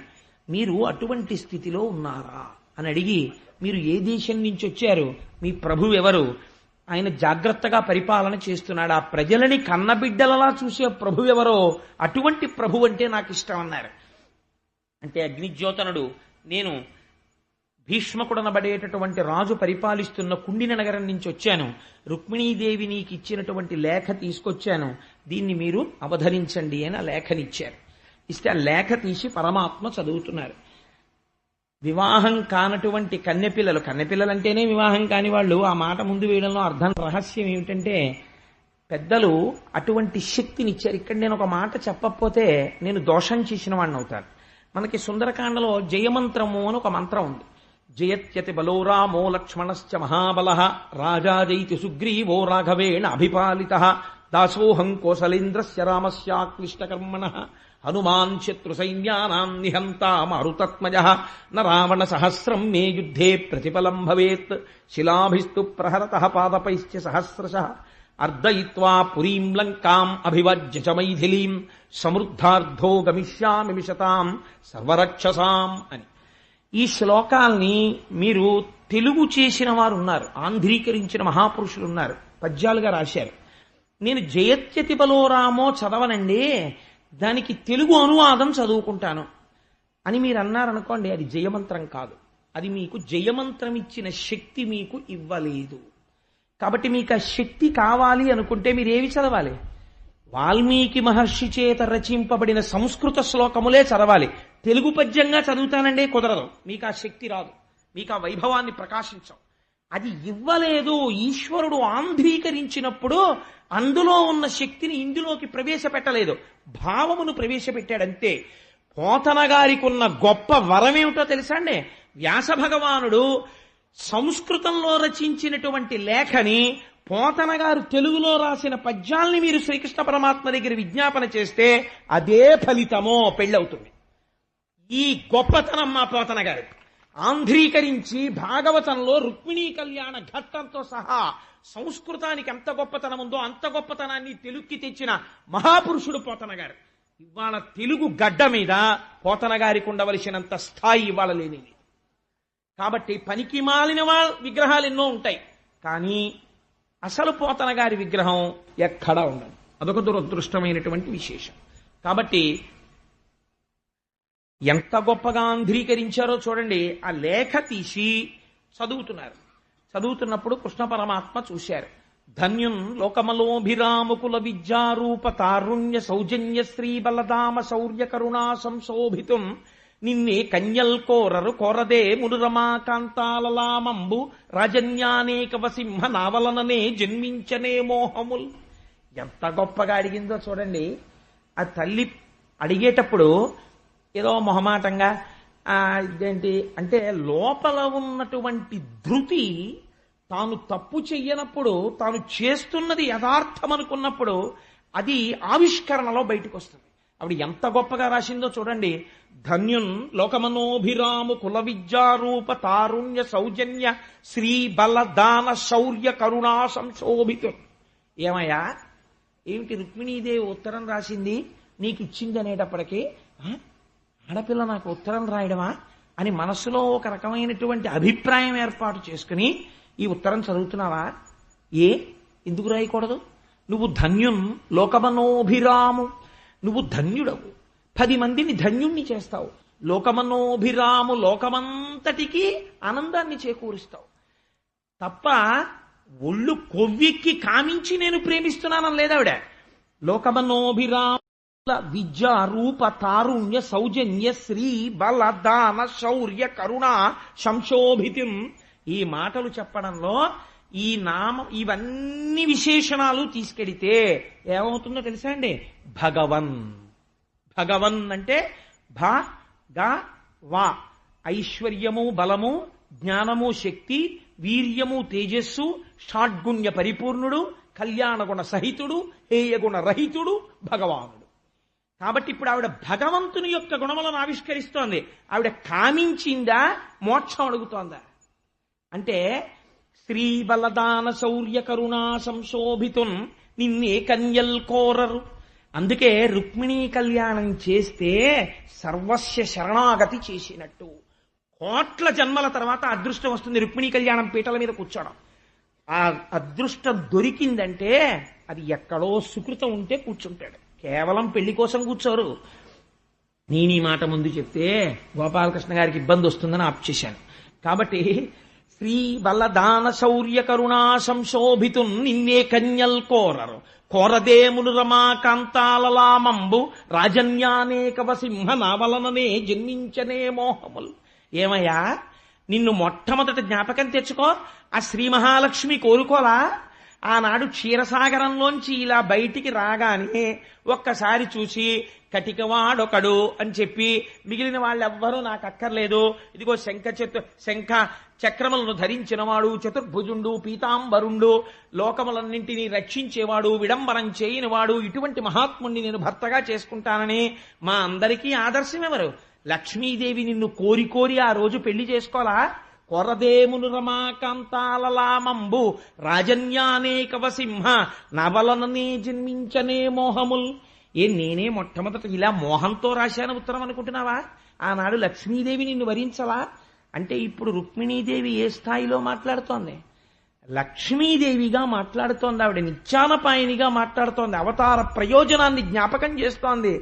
అయా, నేను నీ పక్కన స్థానాన్ని కోరుకుంటున్నాను, నేను నీ వలన మోక్షమును కోరుకుంటున్నాను తప్ప నేను కోరుకుంటున్నది కేవలము కామోపభోగమై ఒక పురుషుణ్ణి ప్రేమించడాన్ని నేను కోరుకోవట్లేదు అని ఆ తల్లి వ్రతముల్ దేవగురు ద్విజన్మభుత సేవల్దాన ధర్మాదులన్ గత జన్మంబుల ఈశ్వరున్ హరిజగత్ కళ్యాణు కాంక్షించి చేసి తినేనిన్ వసుదేవనందనుడు నా చిత్తేశుడయుగాక నిర్జుతులైపోదురుగాక సంగరములో చేదీశ ముఖ్యాధముల్. ఒక విశేషణం వేసింది శిశుపాలుడికి, చేదీశ ముఖ్యాధముల్ అంది. అధముడైనటువంటి చేది ప్రభు శిశుపాలుడు నిహతుడైపోతాడు ఈ చేతిలో. ఎందుకని అంటే ఎంత గొప్ప మాట చెప్తోందో చూడండి. ఇది కామంతో చెప్పేవాళ్ళైతే ఈ మాట అంటారండి.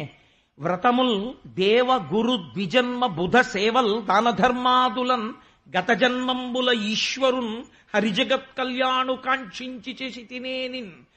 నేను కాని గత జన్మలలో ఎప్పుడైనా వ్రతం చేసిన దాననైతే, ఒక నోము చేసిన దాననైతే, ఒక మహానుభావుడైనటువంటి సద్గురువు పాదములు ఒత్తిన దాననైతే, మనస్ఫూర్తిగా వారి పాదములు పట్టి నమస్కరించిన దాననైతే, ఒకరికి పెట్టిన దాననైతే, పెట్టినప్పుడు లౌకికమైన కోరికలు కోరకుండా ఇది ఈశ్వరుడు యొక్క అనుగ్రహమునకు పనికి వచ్చుగాక అని లోపల కోరుకున్న దాననైతే, నాకు అటువంటి పుణ్యమే ఉంటే నీ చేతిలో ఛేదీశుడు మరణించుగాక, నేను నీదాననవుదునుగాక.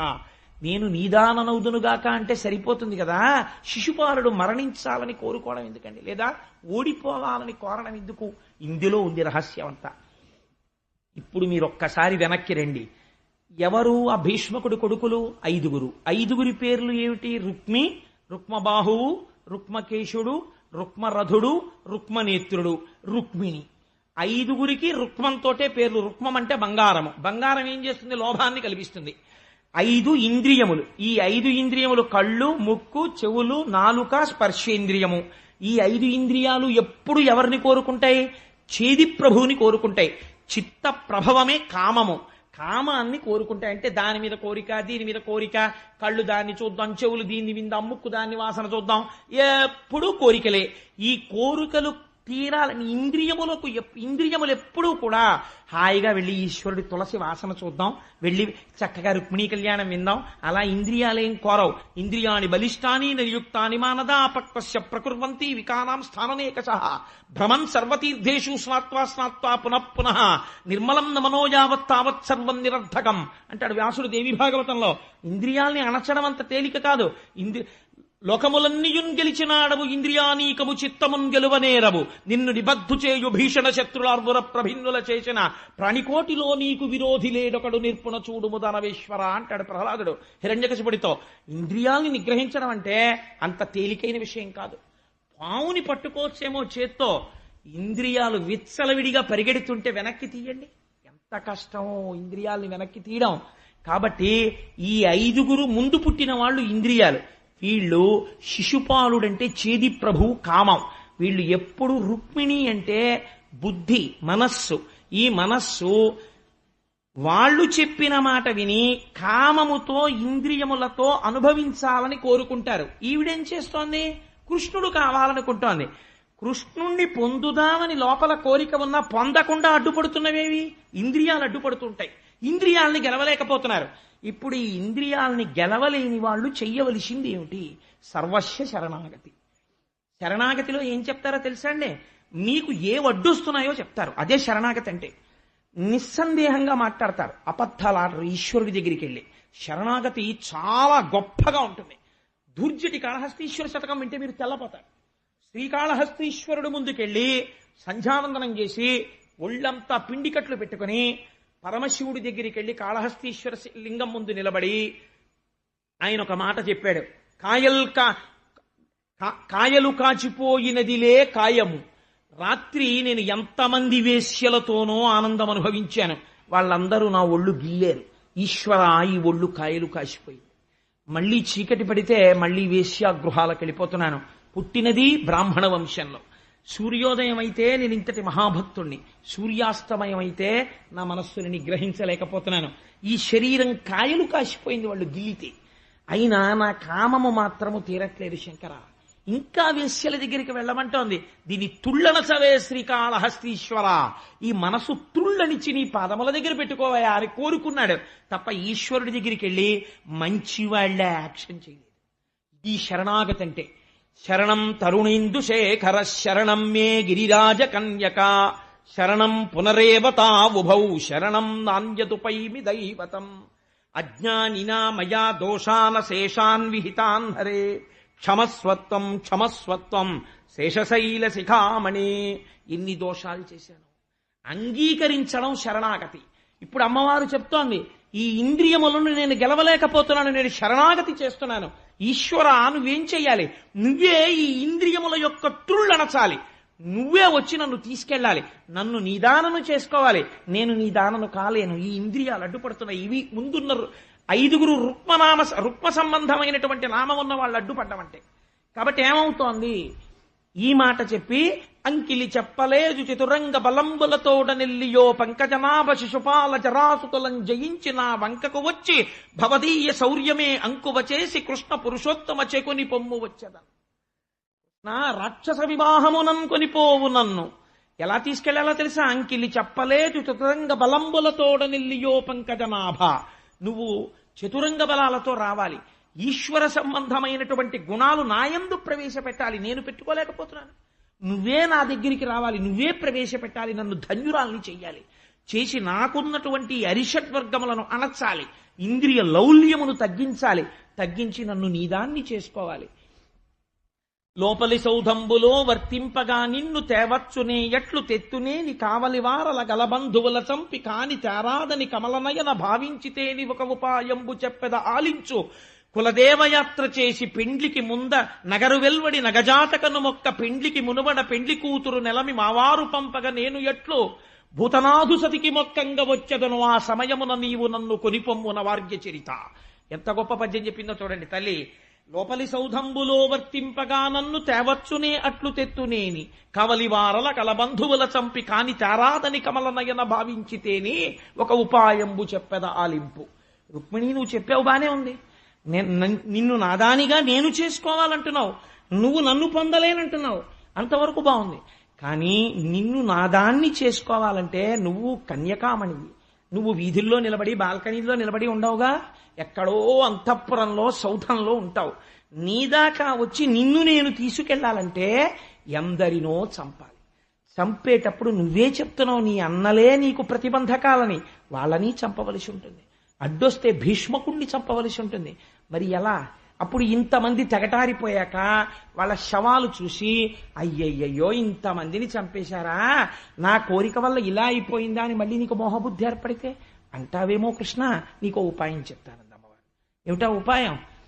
మా వాళ్ళు పెళ్లికి ముందు నన్ను ఊరికి చివర ఉన్నటువంటి పరమశివుని యొక్క ఇల్లాలైన పార్వతీదేవితో కలిసి కూర్చున్నటువంటి మహాదేవుడైనటువంటి శంకరుడి ఆలయానికి పంపిస్తారు.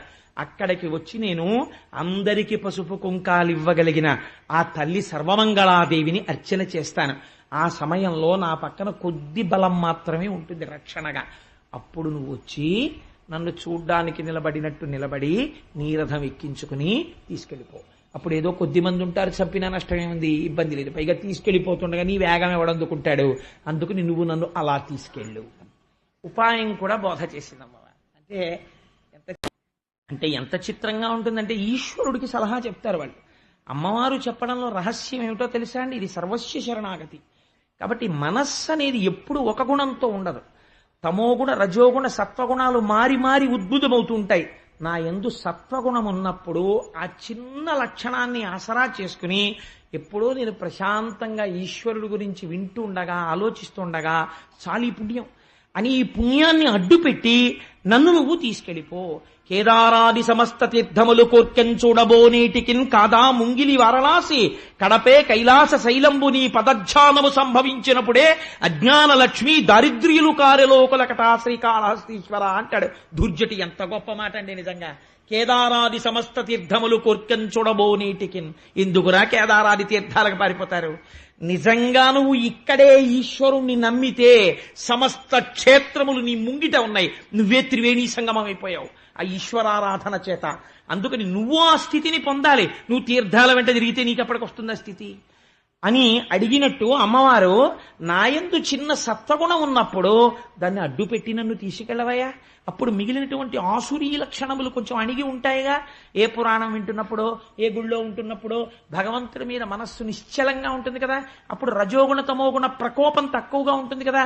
అప్పుడు నన్ను అమాంతం తీసుకెళ్ళిపో అని తల్లి ఆ శరణాగతిలో ఈశ్వరుణ్ణి తొందరగా చేరుకోవాలన్న తాపత్రయంలో తనకి ఉండిపోయిన చిన్న మంచితనం ఏదో దాన్ని అడ్డుపెట్టి దానితో తీసుకెళ్లమని ఈశ్వరుణ్ణి ఆరాధన చేసి విజ్ఞాపన చేసుకుంటోంది. నిన్న మీకు చెప్పాను, శ్రీశైలేషు భజింతునో యభవు కాంచీనాథు సేవింతునో కాశీవల్లభు కల్వబోధన మహాకాళేషు పూజింతునో నా శీలం వణువైన మేరువణుచున్ రక్షింపవే నీ కృపా శ్రీ శృంగార విలాస హసములచే శ్రీకాళహస్తీశ్వర అంటాడు దుర్జటి. నదింత చిన్న పుణ్యం ఉంటే నీకు ఎవరడ్డొచ్చారు? అమ్మో అమ్మో అమ్మో వాడు ఎంత పుణ్యం చేశాడో అని నన్ను తీసుకెళ్ళిపో. అదేంటయ్యా వాడు ఎంత పుణ్యం చేశాడని నేను ఎవడన్నా ఎక్కడుగుతాడా? ఎవ్వడికి తెలియదు. అమ్మో అమ్మో అమ్మో ఎంత పుణ్యాత్ముడో అను. ఓహో ఆయన ఏదో చేసేలా ఉంది, ఈయనకి తెలియకపోతే ఎవరికి తెలుస్తుంది అనుకుంటారు, పట్టుకుపో అంటాడు. అలా రుక్మిణీదేవి ఎంత గంభీరమైన మాట చెప్పిందో చూడండి. ఇప్పుడు అలాంటి పుణ్యం ఏముంది నీకు మనస్సులో? ఎప్పుడైనా అసలు నా గురించి ఏమైనా నీకు అలాంటి భక్తి ఉందా? ఉంటే పోనీ నేను అలాంటి పుణ్యం అడ్డు పెట్టుకుని వస్తాను. అలాంటిది నీకేముందో కోరిక నాకు చెప్పు అంటాడేమోనని ప్రాణేశ నీమంచు భాషలు వినలేని కర్ణరంధ్రంబుల కలిమియేల భువనమోహన నిన్ను పొడగానగానేని చక్షురింద్రియముల సత్వమేల నిరజాతనయన నీవనమాలికా గంధమబ్బలేని ఘాణమేల దైత నీయధరామృతంబానగాలేని ఈ జన్మకు చరితార్థమేల పురుషరత్నమ నిన్ను భోగింపగాలేని తనులతవలని సౌందర్యమేల నీరజాతనయన నీవనమాలిక గంధమబ్బలేని ఘాణమేల ధన్యచరిత నీకు దాస్యంబు చేయని జన్మమేల వేయి జన్మములకు. ఇది నాకున్న అర్హత అన్నాడు. ప్రాణేశ నీమంజు భాషలు వినలేని కర్ణరంధ్రంబుల కలిమియేల. నేను నాకున్న పుణ్యం ఏమిటో తెలుసా? నేనేం చేశానని అడక్కు, నాకు ఎలా ఉండాలనుకుంటున్నానో విను. ఇది నాకున్న పుణ్యం ఏమిటో తెలుసా? ప్రాణేశ, ప్రాణమునకు ఈశ్వరుడా, ప్రాణసమానుడా, నాకున్న కోరిక నీ గురించి వినలేని, నీ మాటలు వినలేని ఈ చెవులు ఉంటే ఎంత, ఊడిపోతే ఎంత. శిశుపాలుడు నీ గురించి మాట్లాడ్డావు, నీకు శత్రువు. నాకందుకు నాయన భర్తృత్వం అక్కర్లేదు. నిన్ను చూడ్డానికి పనికిరాని ఈ కళ్ళు ఉంటే ఎంత, ఊడిపోతే ఎంత. నాకు నిన్ను చూడాలని ఉంటుంది ఎప్పుడు. కాబట్టి దైత నీయధరామృతం బానగాలేని జింహకు పలరుచి సిద్ధియేలా. నాకు ఎప్పుడూ కూడా నీ అధరామృత పానం చెయ్యాలని ఉంటుంది. అంటే ఏమంటే మరి అందరికీ అలా ఎలా కుదురుతుందండి అని మీరు నన్ను అడగచ్చు. ఈశ్వరుడికి మీరు ఏది తిన్నా నివేదన చేసి తింటే అది మీ ఈశ్వరుడికి ఉచ్చిష్టమే కదండి. అప్పుడు మీరు అధరామృత పానం చేయట్లేదు. కాబట్టి ఏది తిన్నా నేను తింటున్నానని కాకుండా ఇది ఈశ్వరానుగ్రహంగా తింటున్నానని ప్రసాద బుద్ధితో తినడం. దైత నీయధరామృతం బాలగాలేని జింహకు పలరుచి సిద్ధియేలా పురుషరత్నమ నిన్ను భోగింపగాలేని తనులత వలని సౌందర్యమేలా. నీ భోగమందనటువంటి ఈ తనులత వలని సౌందర్యమేలా. నీ భోగమందనం అంటే ఈశ్వరుడు యొక్క సేవ చేయనటువంటి శరీరం.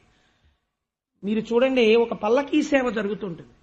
ఒక పల్లకీ సేవ జరుగుతుంటే ఆర్తి ఉండాలి, నా మూపురం మీద ఈశ్వరుణ్ణి వహించాలి నేను అని. మీరు చేశారా చెయ్యలేదా ఈశ్వరుడు చూడండి, మీరు చెయ్యాలన్న ఆర్తి చూసి ఆయన ఎక్కువ మార్కులు వేస్తాడు. పసుపు కొమ్ములు దంపాలని ఆర్తి పడిపోయి లైన్లోకి వెళ్ళి నిలబడి ఇంతమంది దంపడం కుదరదమ్మా వెళ్ళి కూర్చోండి అంటే అయ్యో నాకు దక్కలేదే అని మనస్సులోనే ఆ పసుపు కొమ్ములు దంపుకున్న స్త్రీ ఉందే ఆవిడికి ఎక్కువ మార్కులు పడతాయి. రుక్మిణీ కళ్యాణం చెప్తున్నవాడు అలా చెప్పకపోతే వాడు అబద్ధాలు చెప్తున్నట్టు. రుక్మిణీదేవి చెప్తోంది ఈ మాట. ఏమని చెప్తోంది? పురుషరత్నమ నిన్ను భోగింపగాలేని తలులత వలది సౌందర్యమేల, నిరజాతనయన నీవనమాలిక గంధమబ్బలేని ఘ్రాణమేల.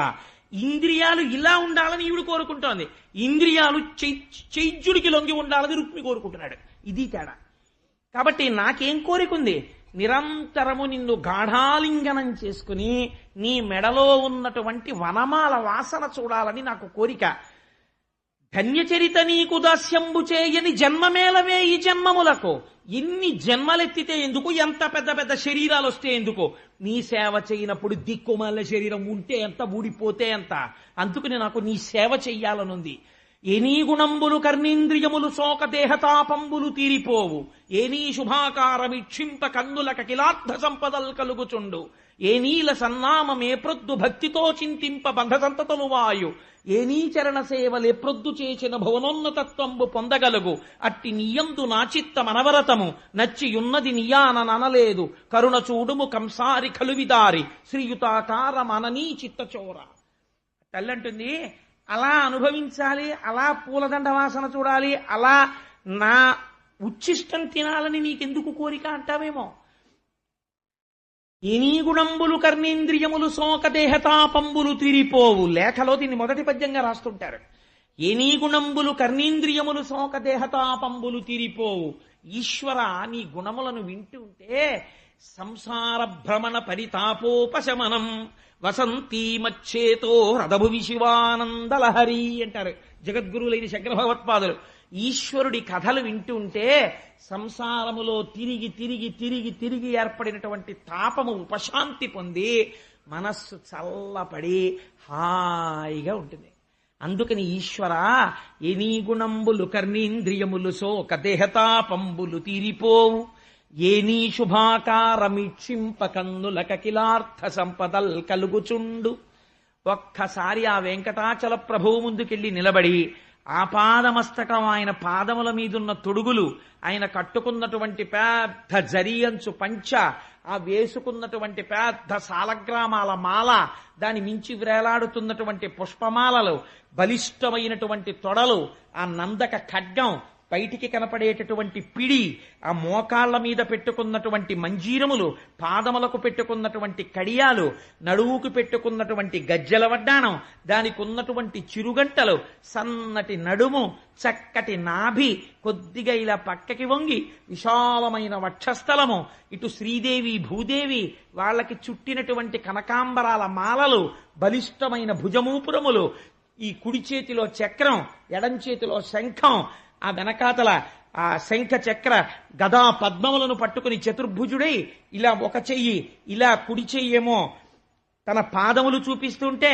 ఎడం చెయ్యి నడుం మీద పెట్టుకుంటే ఎవరు నా పాదములు నమ్ముతున్నారో వాళ్ళకి సంసారము నడుం వరకే వస్తుందని సంకేతిస్తుంటే, చక్కగా 3 మడతలు పడినటువంటి కంభుకంఠుడై ఆ కంఠం, ఓ చిన్ని గడ్డం, దానికి గంధపు ముద్ద, చిన్ని పెదివి, సున్నా చుట్టినట్టు నోరు, దాని మీద సంపంగి మొగ్గ లాంటి ముక్కు, ఇంతంత ఊర్ధ్వపుండ్రాలు, దాని మీద వజ్ర వైఢూర్య మరకత మాణిక్యములతో రూపొందింపబడినటువంటి పెద్ద కిరీటం, దాని మించి ఇలా భుజముల మించి వ్రేలాడుతున్నటువంటి తోమాల, ఆ స్వామిని ఆపాదమస్తకం ఒక్కసారి ఇలా చూసి ఇలా తిరిగి వెళ్ళాలని మర్చిపోయి తోసేస్తుంటే, నడవండి నడవండి అంటుంటే, ఒక పక్క తోసేస్తున్నా పక్కవాడి మీద పడతానులే కింద పండని, ఇలా ఇలా పడిపోతూ గోవింద గోవింద గోవింద గోవింద అని చూడ్డంలో నా కన్నులు ఎంత ఆనందం పొందుతున్నాయి స్వామి.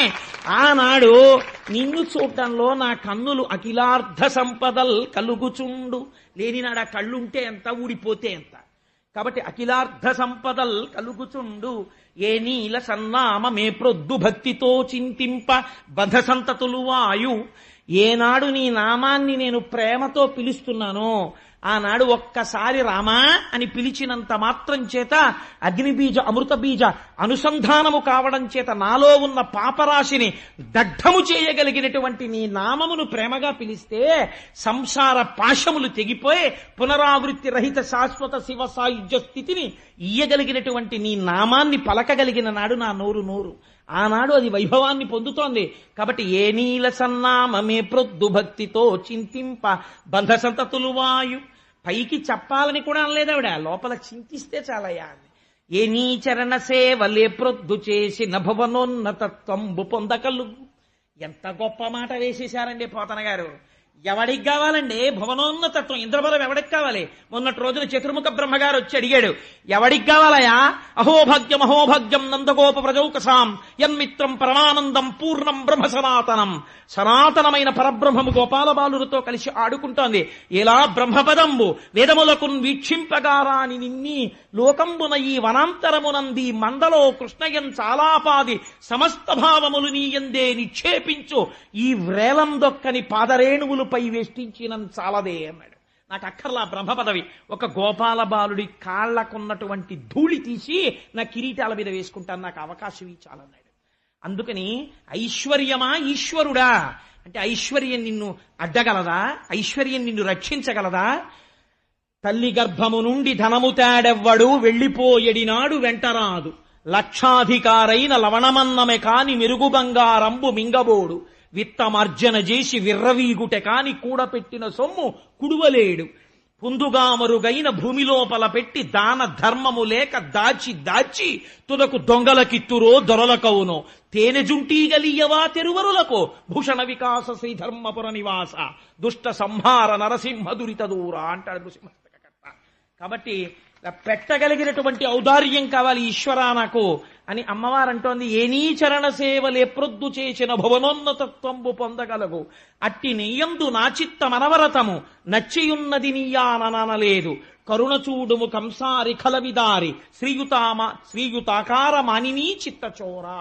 రాసలీలలో విన్నారు కదా, ఆడవాళ్ల హృదయాల్ని దొంగిలించడం అంటే ఏమిటో. పతిం విశ్వస్యాత్మేశ్వరగం శాశ్వతకం శివమచ్యుతం నారాయణం మహాజ్ఞేయం విశ్వాత్మానం పరాయణం. ఆయనే తెలుసుకోబడుతున్నవాడు, మొత్తం అందరూ స్త్రీలే. పొందబడుతున్నవాడు ఆయన ఒక్కడే, ఆయనే పతి. మిగిలిన వాళ్ళందరూ ఆధ్యాత్మికత యందు సతులే. కాబట్టి ఈశ్వర నిన్ను చేరుకోవాలని నేను కోరుకుంటున్నాను. శ్రీయుతమూర్తి ఓ పురుష సింహమా సింహము పాలి సొమ్ము గోమాయువు కోరు చందమున ఈ దురాత్ముడు చైద్యుడు నీ పదంబు జజ్జాయినదైన నన్ను వడిదాకునిపోయేదుతున్నవాడు అధమాధముండు ఎరుగడు అద్భుతమైన భవత్ప్రతాపము. ఎంత గొప్ప శరణాగతి చేసిందండి ఆవిడంటుంది. శ్రీయుతమూర్తి ఓ పురుష సింహమా, నువ్వు పురుష సింహానివి. గోమాయువు కోరు చందమున, సింహము తినవలసినటువంటి పదార్థాన్ని ఒక నక్క తిందామనుకుంటే సింహం ఎలా చీల్చేస్తుందో అలా నీకు చెందవలసిన నన్ను శిశుపాలుడు పెళ్లి చేసుకోవాలనుకుంటున్నాడు. కాబట్టి అధమాధముండు, వాడెవరు నన్ను వివాహం చేసుకోవడానికి? కాబట్టి ఈశ్వర నువ్వు వచ్చి నీ ప్రతాపం ఏమిటో చూపించాలి, ఆ శిశుపాలుణ్ణి పరిమార్చాలి, నన్ను నువ్వు చేపట్టాలి. ఇది నా ప్రార్థన. రుక్మిణి, ఏ మూడ్లో రాశావో ఇంత మంచి పద్యాలు రాసేసావు గాని ఒకవేళ నేను రాకపోతే ఏం చేస్తావు? నీ రాశావు బానే ఉంది, ఒకవేళ నేను రాను. అలా రానండి తప్పు, అలా ఆడపిల్ల ఉత్తరం రాయడం ఏమిటి అన్నాను, ఏం చేస్తావు అంటావేమో. ధనులాత్మీయతమో నివృత్తి కొరకై గౌరీషు మర్యాద యవ్వని పాదాంబుజతోయమందుమును గన్వంచింతురో అట్టి నీ అనుకంపన్ విలసింపలేని వ్రతచర్యన్ వంద జన్మంబులన్ నిన్నే చింతించుచు ప్రాణముల్ విడచదన్ నికంబు ప్రాణేశ్వర. ఇది ధృతి అమ్మవారు. ఆవిడంది ధనులాత్మీయతమో నివృత్తి కొరకై గౌరీషు మర్యాద యవ్వని పాదాంబుజతోయమందుమును గన్వంచింతురో. నీ పాదములను స్రవించేటటువంటి ఆకాశగంగయందు మునుక వెయ్యాలని కోరుకునేటటువంటి మహాపురుషులలా, ఒక రుద్రుడిలా ఈశ్వర నేను కూడా ఏమవుతానో తెలుసా? ఈ జన్మకే కాదు 100 జన్మలైనా సరే పొందితే నిన్ను పొందుతాను, పొందకపోతే ఆత్మహత్య చేసుకుంటాననుకోకు. మనకి రుక్మిణీ కళ్యాణం భిక్ష పెట్టింది. ఆత్మహత్య చేస్తాను. వ్రతచర్యన్ 100 జన్మంబులన్, నీకోసమే వ్రతాలు చేస్తాను. ఎందుకు కట్టుబడవు? ఆనాడు పృష్ణిగర్భుడు కృష్ణి సుతపుడు చేస్తే లొంగల 3 జన్మలెత్తలా? అజాయమానో బహుదా విజాయతే అంటోది శృతి. జన్మలెత్తని వాడివి జన్మలెత్తలా? అలా నేను వ్రతములు చేస్తూ 100 జన్మలు శరీరం వదిలేస్తాను తప్ప అన్యులను మాత్రం భర్తగా అంగీకరించను. అయితే నువ్వే నాకు భర్త. ఈ పద్యాలు చదివేటండి స్వామి. చదివి ఆ లేఖ చుట్టేసి వెంటనే అన్నారు అగ్నిజ్యోత నుండి చూసి, ఈ పిల్ల నాకు రాయడం కాదు, ఈ పిల్ల గురించి నేను ఎప్పుడూ విని రాత్రులందు నిద్రపోగొట్టుకుంటున్నాను.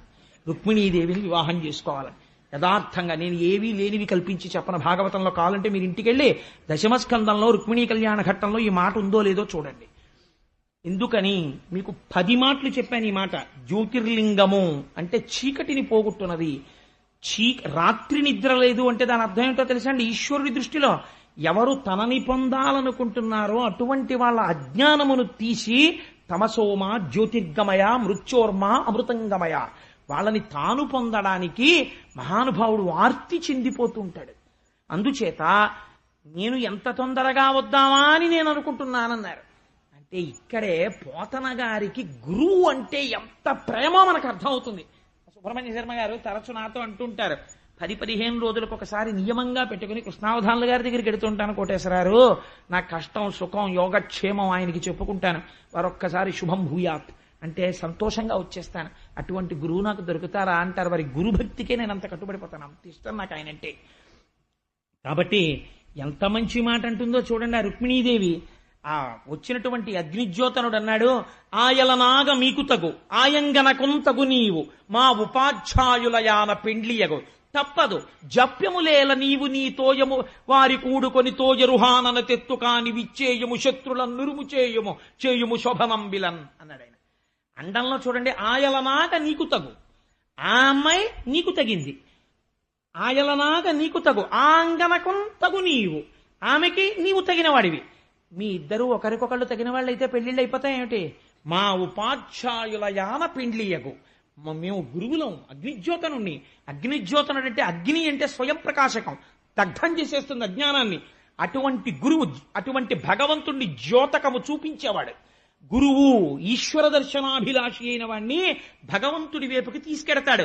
ఆచార్యో వేద సంపన్న విష్ణుభక్తో విమత్సర మంత్రజ్ఞో మంత్రభక్త సదా మంత్రాశ్రయస్సుచి గురుభక్తి సమాయుక్త పురాణజ్ఞో విశేషత ఏవం లక్షణ సంపన్న గురురుత్యభిధీయతే ఉకారశ్చంధకారశ్చ రుకారస్థ నిరోధకృత అంధకార వినాశిత్వాత్ గురురుత్యభిధీయతే. అజ్ఞానమును తొలగతోసి జ్ఞానము వైపుకి నడిపించగలిగినటువంటి సమర్థుడు గురువు. కాబట్టి ఆయన అంటున్నారు, మా ఉపాధ్యాయులయాన పెండ్లియగు, మేము గురువులం ఆశీర్వచనం చేస్తున్నాం, మీ ఇద్దరికి వివాహం అవుతుంది. ఇంకా ఎందుకయ్యా ఆలస్యం? తోయము వారు కూడుకొని తోయరుహాననదెత్తు కాని విచ్చేయుము శత్రులను నురుము చేయుము శోభనంబిలన్. ఈ లోకంలో ఒక గొప్ప సంప్రదాయాన్ని నిలబెట్టు. శరణాగతి చేసిన వారిని ఈశ్వరుడు రక్షించాడు. ఒక ధైర్యం నిలబడాలి. కాబట్టి కృష్ణ బయలుదేరి వచ్చేసేయన్నారు. ఈ మాట వినగానే అన్నగారికి చెప్పలేదండి కృష్ణుడు. వెంటనే దారుకుణ్ణి పిలిచాడు. మనస్ఫూర్తిగా పిలిచిన వాడి కోసం పరిగెట్టడానికి పరమాత్మ ఎంత సిద్ధంగా ఉంటారో చూడండి. దారుకుణ్ణి పిలిచి రథం సిద్ధం చేయమన్నారు.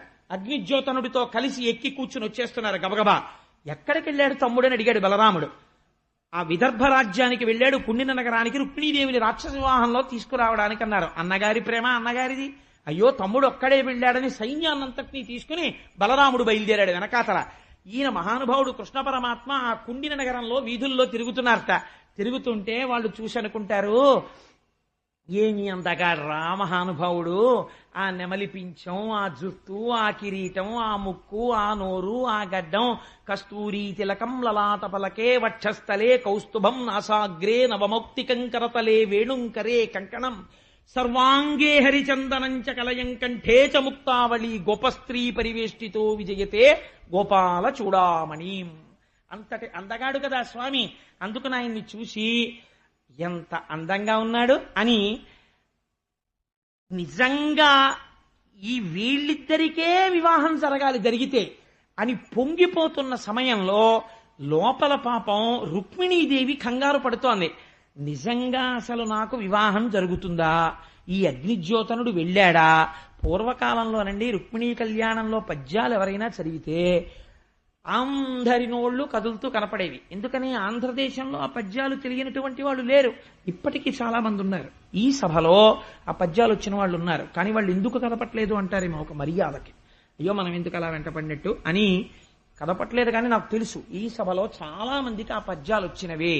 కాబట్టి ఘనుడాభూసురుడేగెనో నడుమ మార్గాశ్రాంతుడై చిక్కెనో విని కృష్ణుండిది తప్పుగా తలచనో విచ్చేశనో ఈశ్వరుండనుకూలింప తలంచునో తలపడో ఆర్యామహాదేవియున్ నన్ను రక్షింప నిరుంగునో ఎరగదో నా భాగ్యమిట్లున్నదో. ఆ వెళ్ళినటువంటి వాడు మహానుభావుడు ఘనుడా భూసురుడేగెనో, వెళ్ళాడో లేదో అగ్నిజ్యోతనుడు, మార్గమధ్యంలో ఏమైనా ప్రయాణపు బడలకని పొందాడో, ఒకవేళ నిజంగా అంతఃపురంలోకి వెళ్లి కృష్ణ పరమాత్మకి నేను రచించినటువంటి లేఖని ఇచ్చినప్పటికీ ఆడపిల్ల ఇలా రాయడం ఏమిటి ధూర్తతనంతో రానన్నాడో, నా భాగ్యం ఎట్లున్నదో, నేను కృష్ణుణ్ణి పొందగలనో పొందలేనో అని ఆవిడ వ్యాకులత చెందుతోంది. ఇల్లనుకుంటున్నారు, ఊళ్ళో ఉన్నారు. తగు నీ చక్రి విదర్భరాజసుతకున్ తజ్జంబు వైదర్భియుం తగు నీ చక్రికి ఇంత మంచి తగునే దంపత్యమీ ఇద్దరిన్ తగులంగట్టిన బ్రహ్మనిర్పరిగదా దర్పాహ తారాతియై మగడవుగావుట చక్రీసుతతికిన్ మా పుణ్యమూలంబునన్. పూర్వం వివాహ వేదిక మీద పెళ్లి కొడుకు పెళ్లి కూతురు కనపడితే పెద్దవాళ్ళ దగ్గరికి వెళ్ళి ఏం అమ్మమ్మ బాగున్నారా నీ మనవడు మనవరాలు అన్నారు అనుకోండి. లేకపోతే ఎవరైనా పెద్దవాళ్ళ దగ్గరికి వెళ్ళి ఏం పిన్ని ఎలా ఉన్నారు నీ మనవడు మనవరాలు అన్నాడు అనుకోండి కన్యాదాత గారు, వెంటనే ఏమనేవారో తెలుసా అండి, బాగుండకపోవడం ఏమిట్రా తగునీ చక్రి అన్నట్టున్నారనేవారు. తగునీ చక్రి విదర్భరాజసుతకున్ తజ్జంబు వైదర్భియుం తగునీ చక్రికి. ఈ మాట అనడానికి లోపల చాలా సంస్కారం ఉండాలి. చాలా మంది తెలివి తక్కువ వాళ్ళు మాట అంటుంటారు, ఎంత అదృష్టవంతురాలో ఆవిడ ఆయన్ని పొందింది అంటారు. అలా అంటే ఏమిటో తెలుసా అంటే దాని అర్థం ఆయన దురదృష్టవంతుడు ఈవిడ్ని పొందాడు అని కదా. దాంపత్యంలో మాట్లాడేటప్పుడు ఎలా మాట్లాడాలో తెలుసా అండి, వివాహ వేదిక దగ్గరికి వెళ్ళినప్పుడు కళాభ్యాం చూడాలంకృత శశికళాభ్యాం నిజతపఫలాభ్యాం. శంకరాచార్యులు వారిని చూసి నేర్చుకోవాలి. చేసేది శివానందలహరి. ఒండొరులు ఒకరి తపమునకొకరు ఫలమైనారు అన్నారు. భార్యాభర్తల మధ్యలోకి వెళ్ళడానికి వీల్లేదు శాస్త్రం. ఎంత గొప్పగా మాట్లాడుతున్నారో చూడండి పోతన గారు. తగునీ చక్రి విదర్భరాజసుతకున్ తజ్జంబు వైదర్భియుం తగునీ చక్రికి ఇంత మంచి తగునే దాంపత్యమీ ఇద్దరిం తగులంగట్టిన బ్రహ్మ నెర్పరి కదా దర్పాహతారాతియై మగడవుగావుట చక్రీ సుదతికిన్ మా పుణ్య మూలంబునన్. ఇది అనిపించుకోవలసిన మాట. నిజంగా చతుర్ముఖ బ్రహ్మగారు ఎంత గడుసువాడో. కృష్ణుడి కోసం రుక్మిణిని పుట్టించాడు, రుక్మిణి కోసం కృష్ణుడిని పుట్టించాడు. వీళ్ళిద్దరూ పక్క పక్కన కూర్చుంటే దంపతులైతే ఎంత బాగుంటుందో. నీలతో జద మధ్యస్థ విద్యుల్లేకే భువాస్వర అన్నట్టుంటారు. కానీ రుక్మిణి మరి శిశుపాలుడికి ఇచ్చి చేస్తానంటున్నాడు. వెంటనే వాళ్ళు అన్నారు ఇది ఔదార్యం. వీళ్ళిద్దరికీ వివాహం అవడానికి ప్రతిబంధకంగా శిశుపాలుడు ఉంటే ఆ శిశుపాలుడు తొలగిపోయి కృష్ణుడి ఈవిడ పక్కన చేరడానికి మా పుణ్యాలన్నీ ఇచ్చేస్తాం. మా పుణ్యమూలంబునన్, మా పుణ్యాలు కూడా ఆవిడే పోసేసుకుని ఈయన్ని భర్తగా పొందాలి. ఈశ్వరుణ్ణి చూసేటప్పటికీ ఆ జననీ జనకులు ఇద్దరూ సింహాసనం మీద కనపడాలని లోకం తాపత్రయపడిపోతుంది. రేపు వాళ్ళిద్దరి మధ్య తెర పైకెత్తి మాంగళ్యాన్ని సుబ్రహ్మణ్య శర్మ గారు అందరికీ చూపించి జీలకర్ర బెల్లం పెట్టి ఇంతంత తామర పూలతో అయ్యవారి పాదాలు చక్కగా కడిగి కన్యాదానం చేసి వాళ్ళిద్దరినీ ఒక పీటల మీద కూర్చోపెట్టి మంగళసూత్రధారణ అయిపోయి ముత్యాలతో కూడిన తలంబ్రాలు పోసుకుని ఆ పాదాలు కడిగినటువంటి జలాలు అందరి మీద జల్లుతుంటే ఎప్పుడెప్పుడు వాళ్ళిద్దరినీ కలిసి పీటల మీద అలా చూద్దామని పరిగెత్తని జన్మ జన్మ కదా అని నేనంటలేరు, పోతనగారు అంటున్నారు భాగవతంలో. కాబట్టి మా పుణ్యమూలంబునన్, మా పుణ్యాలు కూడా పోసుకుని వాళ్ళిద్దరూ ఒకటవ్వాలి అని ఆ ఊళ్ళో ఉన్న వాళ్ళు కోరుకుంటున్నారట. ఈలోగా ఈ అమ్మవారన్న మాటలో ఒక గమ్మత్తైన మాట ఉందండి. ఇదే రుక్మిణీ కళ్యాణానికి ఆయువు పట్టు అంటారు పెద్దలు. ఆర్యామహాదేవియున్నను రక్షింప నిరుంగునో ఎరగదో నా భాగ్యం ఎట్లున్నదో. ఎవరి ఆర్యామహాదేవి అంటే శంకరాచార్యులు వారు శివానంద లహరిలో చెప్పారు. బాణత్వం వృషభత్వమర్ధవపుషా భార్యత్వమార్యాపతే ఘోణిత్వం సకితామృదంగ వహతా చేత్యాది రూపం తథౌ తత్పాదే నయనార్పణంచ కృతవాన్ తద్దేహ భాగో హరి పూజ్యాత్ పూజ్యతరస్య జే మహిమచేత్కో వా తదన్యోధిక. శ్రీ మహావిష్ణువే శంకరుణ్ణి అనేక రూపాలతో సేవించి సేవించి ఆర్యామహాదేవి అన్న పేరుతో పరమశివుడి యొక్క ఇల్లాలైనాడు. ఇప్పుడు ఈ ఆర్యామహాదేవికి సంబంధించిన పద్యం విన్నా చదివినా ఒక ఫలితం వస్తుంది. పెద్దలు ఏం చెప్తారంటే, తండ్రి ఏం చూడగలడు? అప్పటికి ఆ సంబంధం చాలా బాగుందనిపిస్తుంది, పెళ్లి చేసేస్తాడు. కానీ ఆ పిల్లవాడికి వచ్చే గండాన్ని, ఆ పిల్లవాడికి వచ్చేటటువంటి ఐశ్వర్య భంగాన్ని, ఆ పిల్లవాడిలో వచ్చే మార్పుల్ని, ప్రమాదాల్ని కన్యాదాత ఎన్ని గ్రహించగలడు? కాబట్టి రుక్మిణీ కళ్యాణంలో కూర్చోపెడితే తప్ప పిల్లని సంబంధాలు చూసేవారు కాదు. కారణం ఏమిటో తెలుసా అండి?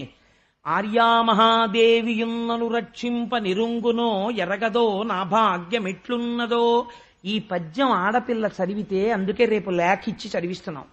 ఒకవేళ నొసటన అల్పాయుర్దాయం ఉన్నవాడు, లేదా ఐశ్వర్య భంగం అయిపోయేవాడు, లేదా సంతానమును పొందలేనివాడు, ఇలాంటి భంగపాట్లు ఉన్నటువంటి పురుషుడితో వివాహం అవ్వాలని రాసి ఉంటే ఆడపిల్లకి, ఎవరు ఈ పద్యాలు వింటున్నారో, ఈ పద్యాలు చదువుతున్నారో, ఎవరు రుక్మిణీ కళ్యాణం చూస్తున్నారో అటువంటి వారి నొసట వ్రాత మారి యోగ్యుడైన వరుడు వస్తాడు. శిశుపాలుడు తప్పి కృష్ణుడు వచ్చినట్టు. అందుకని రుక్మిణీ కళ్యాణం కలిగిస్తారు.